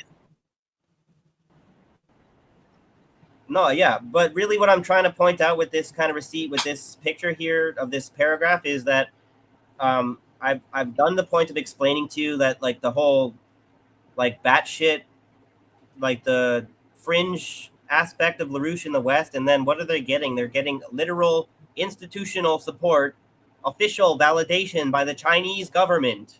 Okay, they would not let this happen. Like, they would shut down this institute if they didn't want this kind of association to be happening. They are fully aware of what is going on, and they are sanctioning it. The same can be said with the Russian government. There are official Russian whatever associations that should be troubling, especially if the LaRouche or whatever, it's all American people, and they're doing this fucking active Cold War 2.0 as we speak. This is the CGTN, the Chinese state media. I believe this is an interview with fucking Helga LaRouche. And this Victor Gao. This guy is Deng Xiaoping's fucking translator from the 80s or whatever. So like everything fucking aligns, and there's nothing to see here, people. Let me guess. The one in the blue is Helga. Yeah. What's that? I said, let me guess. The one in the blue is Helga. Nothing else. The ugly crazy. Oh, Rondo, thank you for these links. I'm trying to pull them up so I can hold them for later. So why is Helga on? Why is Helga on Chinese state media? Just answer that question. That should be easy, right? Mm-hmm. Nothing to see here. Who is Helga? No, it's nobody. No big deal. I mean, she's a modern Nazi or whatever. She's not like done anything over. She doesn't probably even have a tattoo or anything. We can't really. She's got the Glomar response. I can neither confirm nor deny. Good for her. Here we have Helga on Chinese state TV, along with Peter Kuznick and Victor Gao, who, ironically enough, was Deng Xiaoping's English interpreter in the 1980s. So, and my investigation runs short on this part because, guess what? DeepSeek doesn't want to talk about Mao and Deng Xiaoping and eugenics. Fucking cowards. Harley Schlangers. This is the national spokesman for Lyndon LaRouche, right? And this is a snapshot of the Russian International Affairs Council, right? So that's what I'm saying. And you said he's a national spokesperson for the LaRouche movement. Oh, okay. Oh, the Schiller Institute. Okay. Yeah, he's a top dog. Yeah, he's not no nobody, and he's working with the Russians officially, right? Not a secret, not something you can deny. Like fucking Jackson Hinkle's involvement, even though he did work with them, even though he's got pictures up on them, you know. Anyway, here we have Schlanger's been in correspondence with Roger Stone, like I said earlier. This was like Schlanger Caddy, whatever. Like these people are still up to shit, right? Like they were never Let me ask you a question. called out on anything. So can I ask you a question real quick? So, like you said, Roger Stone was on Jimmy Dore's show and what happened. The How well known do you think the LaRouche movement and LaRouche organization is in America? Because there are some people, I can't say Hinkle because Hinkle like got on the mic. It was like I don't know what he said, LaRouche for life or something. I don't know. Exonerate LaRouche. Exonerate LaRouche. Okay. Okay. Sound like I was saying that. Okay. Fuck LaRouche. Whatever. So I'm wondering how many of these podcasters actually have an understanding of what the LaRouche movement or LaRouche organization even is, to know that they are involved in it and like propping it up. What do you think about that? Well, it's basically like a political cult is the way that it's been described. But then that's the kind of them's fighting words. So then people want to challenge things, and then they often no, that's just what they say to discredit them, and then no, those people are like the real deal, and that's kind of how people get fallen into that trap, or whatever. Like what you have to kind of admit is that as crazy as all this sounds, whatever, like LaRouche is not some kind of an idiot, whatever. He did have some actual kind of like he did a lot of like theoretical, like economic kind of elaboration of a theory, at least to create a grift, if he like maybe he genuinely believed it and he did the grifting or whatever to try and make it happen or whatever. But I have to maybe, I don't want to have to be a LaRouche expert, but like I have to try and explain, like do even more research to explain like his theories about like physical economy and stuff. But like he has like this, like I mentioned with like the conservative Quaker stuff, whatever. He's got some kind of cultural biases that like really shape his theories, like this, like he's got this hatred for the Atlanticist elite, whatever. Like we all hate Rockefeller and them and like the Rothschilds and whatnot as much as there's no any reason to love these people, right? But he's kind of like turned a specific, like he's got like a more conspiratorial reason to have something bone to pick with these people, you know what I mean? Like because they're the Atlanticist elite, which is why I try to explain. They're like, maybe this is just my take on it, but like Atlanticism and Eurasianism were like the Remus and Romulus or whatever that were born in opposition to the specter of fucking communism. Okay, they saw the threat of communism and they want to protect their fucking particular culture's version of capitalism, and the Russian, more like Turkish kind of like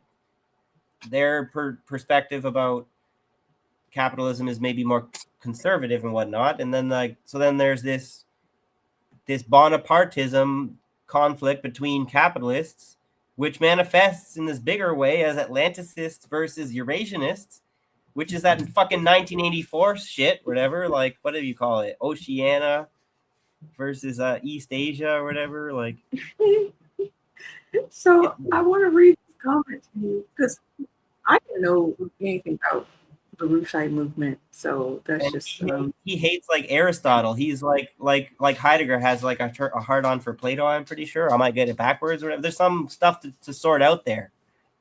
I think I can't remember who mentioned that before Thursday. Yeah.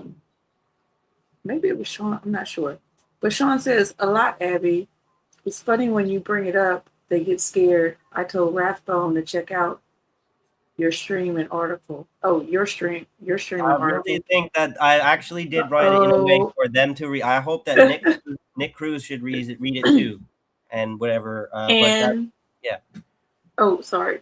But there, because Finish your that's thought. I haven't got to the part because I do try to address Sabby and Nick and Rathbone a little bit, but Well, you yeah, were you like right, a lot of independent media are catching strays in this article. because I wouldn't have fucking caught on to these LaRouche type motherfuckers if they weren't fucking had their fingers in these motherfuckers' pies, whatever, or They their catching bums, or whatever you strays, want to baby. call it.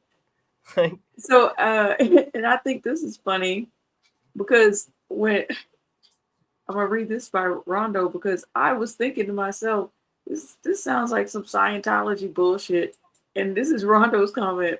Maybe we're just complicating the situation. Just call them Scientology like and keep it moving. They are kind of like that. Whatever. They're like nuclear fusion. Whatever. By the way, like the fusion thing, it's like that promised technology that will always, it's always around the corner. It's like a purity fetish where one day we're gonna create the miracle technology that's gonna provide everything for everybody. We don't even have to worry about class relations, whatever, right? And it's like all that money we're spending on that should be spent on the people now. We'd solve like hunger, right? No, let's pour money into technological fetish, you know? And so there's too many things to talk about. Oh, yes. I'm sorry. But I didn't mean to say that out loud. I should have kept that in my brain. I don't There's a know. question. There's a question for you, but if I ask this question, it's This gonna one, be oh hell. I don't want to go all night. God No, damn it, XD. I'm gonna You have done to fucked try up. and tell you.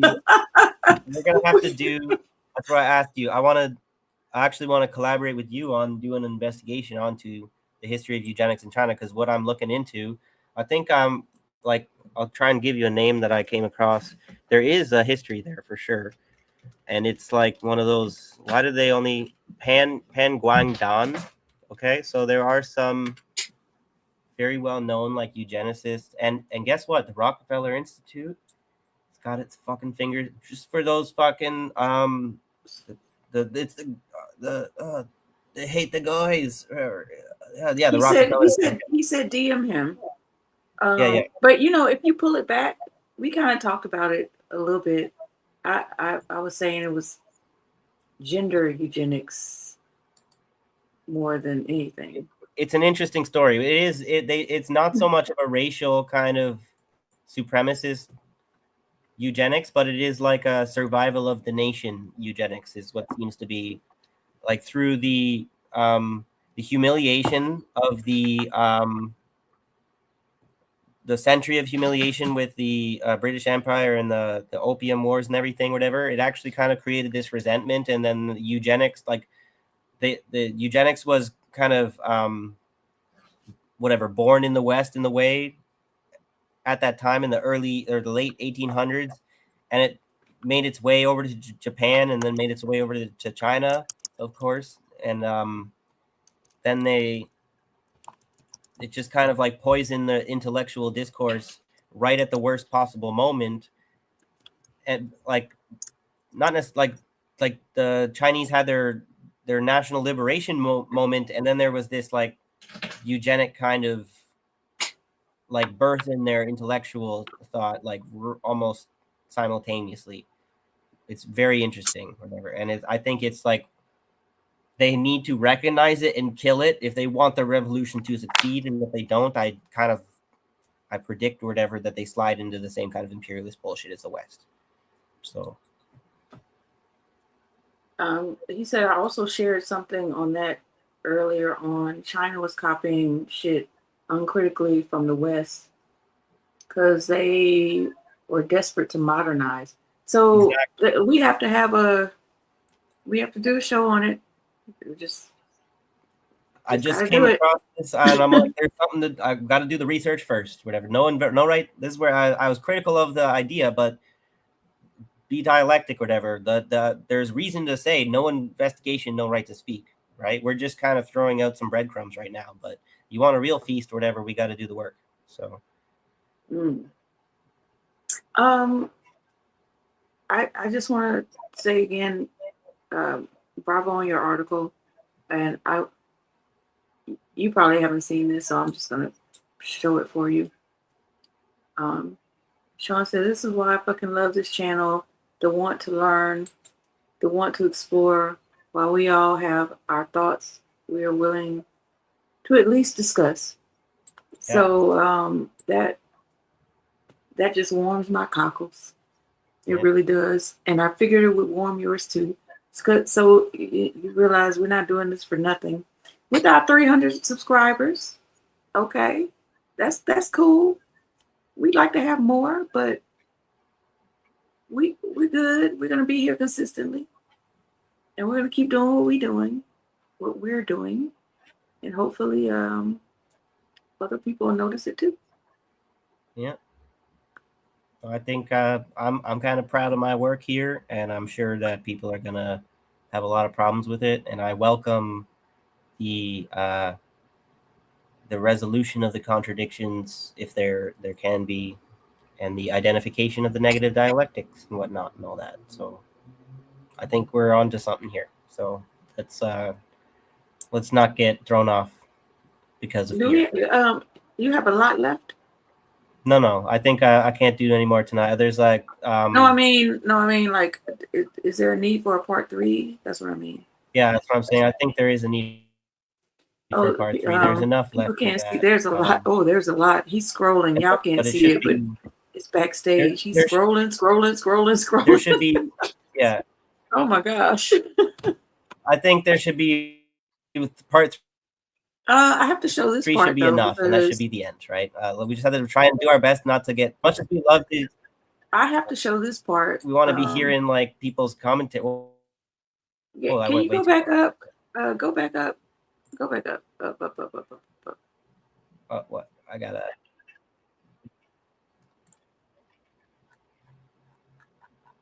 Look at all these To the channels. top, He is. or what? Oh, okay. To show the title.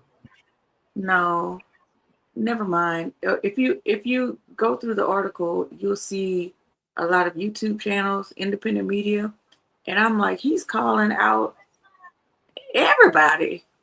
I said, Well, here, oh maybe my gosh, we're let me just skip down.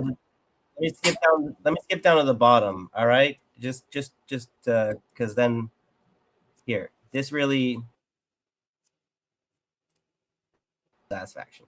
These are screenshots from the different channels or whatever themselves. Okay, like from the homeless left, which not homeless, not left. Okay, Jamal Thomas, right? Glenn Deason, Ron Paul, right? They're validating what I'm saying, whatever, with their appearances. Okay, let me just be quiet now.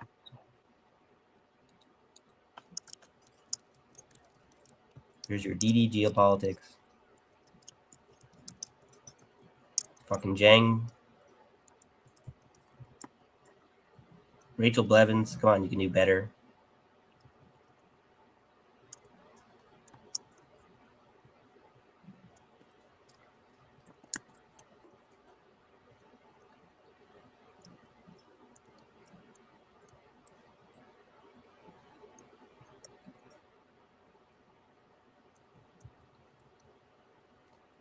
I like Brian, right? But I think he's sad to say part of this network.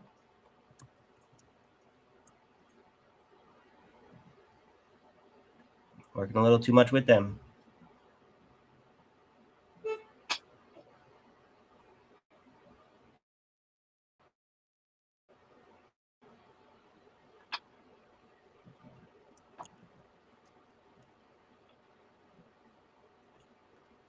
There's your fucking Mr. Christopher Halali, fucking polar opposite of me or whatever. Learn how to fucking parent, motherfucker. Rondo says that's a wide selection of echo chambers. Are you showing there? Going ballistic. I feel like I might have one of, like, you know how you're saying you lost your stuff when you were doing your Dulcie stuff, and I think I did lose. I had to reconstruct some of the article, and I did a part on Galloway. I think got fucking left out of it. So fake lefties going ballistic. I guess that's us, right? Whatever. But these guys. Wait, is Galli? That's Was Gallio? What is his name? Gallio? I forget his Galloway? name. Galloway. George Yes. Galloway. George Galloway. Was he implying caught that up Nick Cruz is a fake leftist? Was that what that was? No. he's part of all of that, whatever. I don't know who he's talking about in that particular screenshot, but they like to talk shit about the left in general, like there is no left, like the left is dead, whatever. That sounds like a convenient from a right-wing perspective, maybe. Yeah. But so then it's like justifying why they shouldn't be, there's no reason for them to be any leftist kind of. But it's like communists are It's funny. left, all right? They are the real left. And even if like Marx himself would be like critical of the whole left right kind of way of describing things, like there's no denying that fascism is right, communism is left, or whatever, and you try and throw that out of the window, whatever, you create more problems than you do whatever solutions, like trying to just like take zero out of the fucking numerical system. All right. I've heard about that too. Okay, that's a whole nother topic. All right. We'll come back. Should I call? Should I call Bella? Bella, where are you? Bella. Hey, Bella. Where'd you go? I gotta go check on my I gotta go check on my meat too. I have it on low. It's slow cooking. Oh, don't burn that. So yeah, I need to throw in some more onions and bell peppers. So we get to the end, and then we're gonna eat good tonight. Oh, gumbo greens, white beans, and some other pork chops. Yeah, just a quick, because Sean's saying George Scotch whiskey bud Galloway. Just a quick comparison between Mr. George and Mr. LaRouche or whatever. How many times did you run in the Labour Party, Mr. Galloway? How many times did Mr. LaRouche run for Democrat president? And you want us to support you as the new Mr. Marxist Workers Labor Party, or Marxist Leninist Workers Party, instead of you're a fucking, like, you should tell us not to trust the DSA because they support the Democrats or whatever. Who supported the fucking Labor Party for decades or whatever? The English Democrats or whatever, right? Get the fuck out of here, asshole, right? Let someone else lead, right? You got enough money anyways.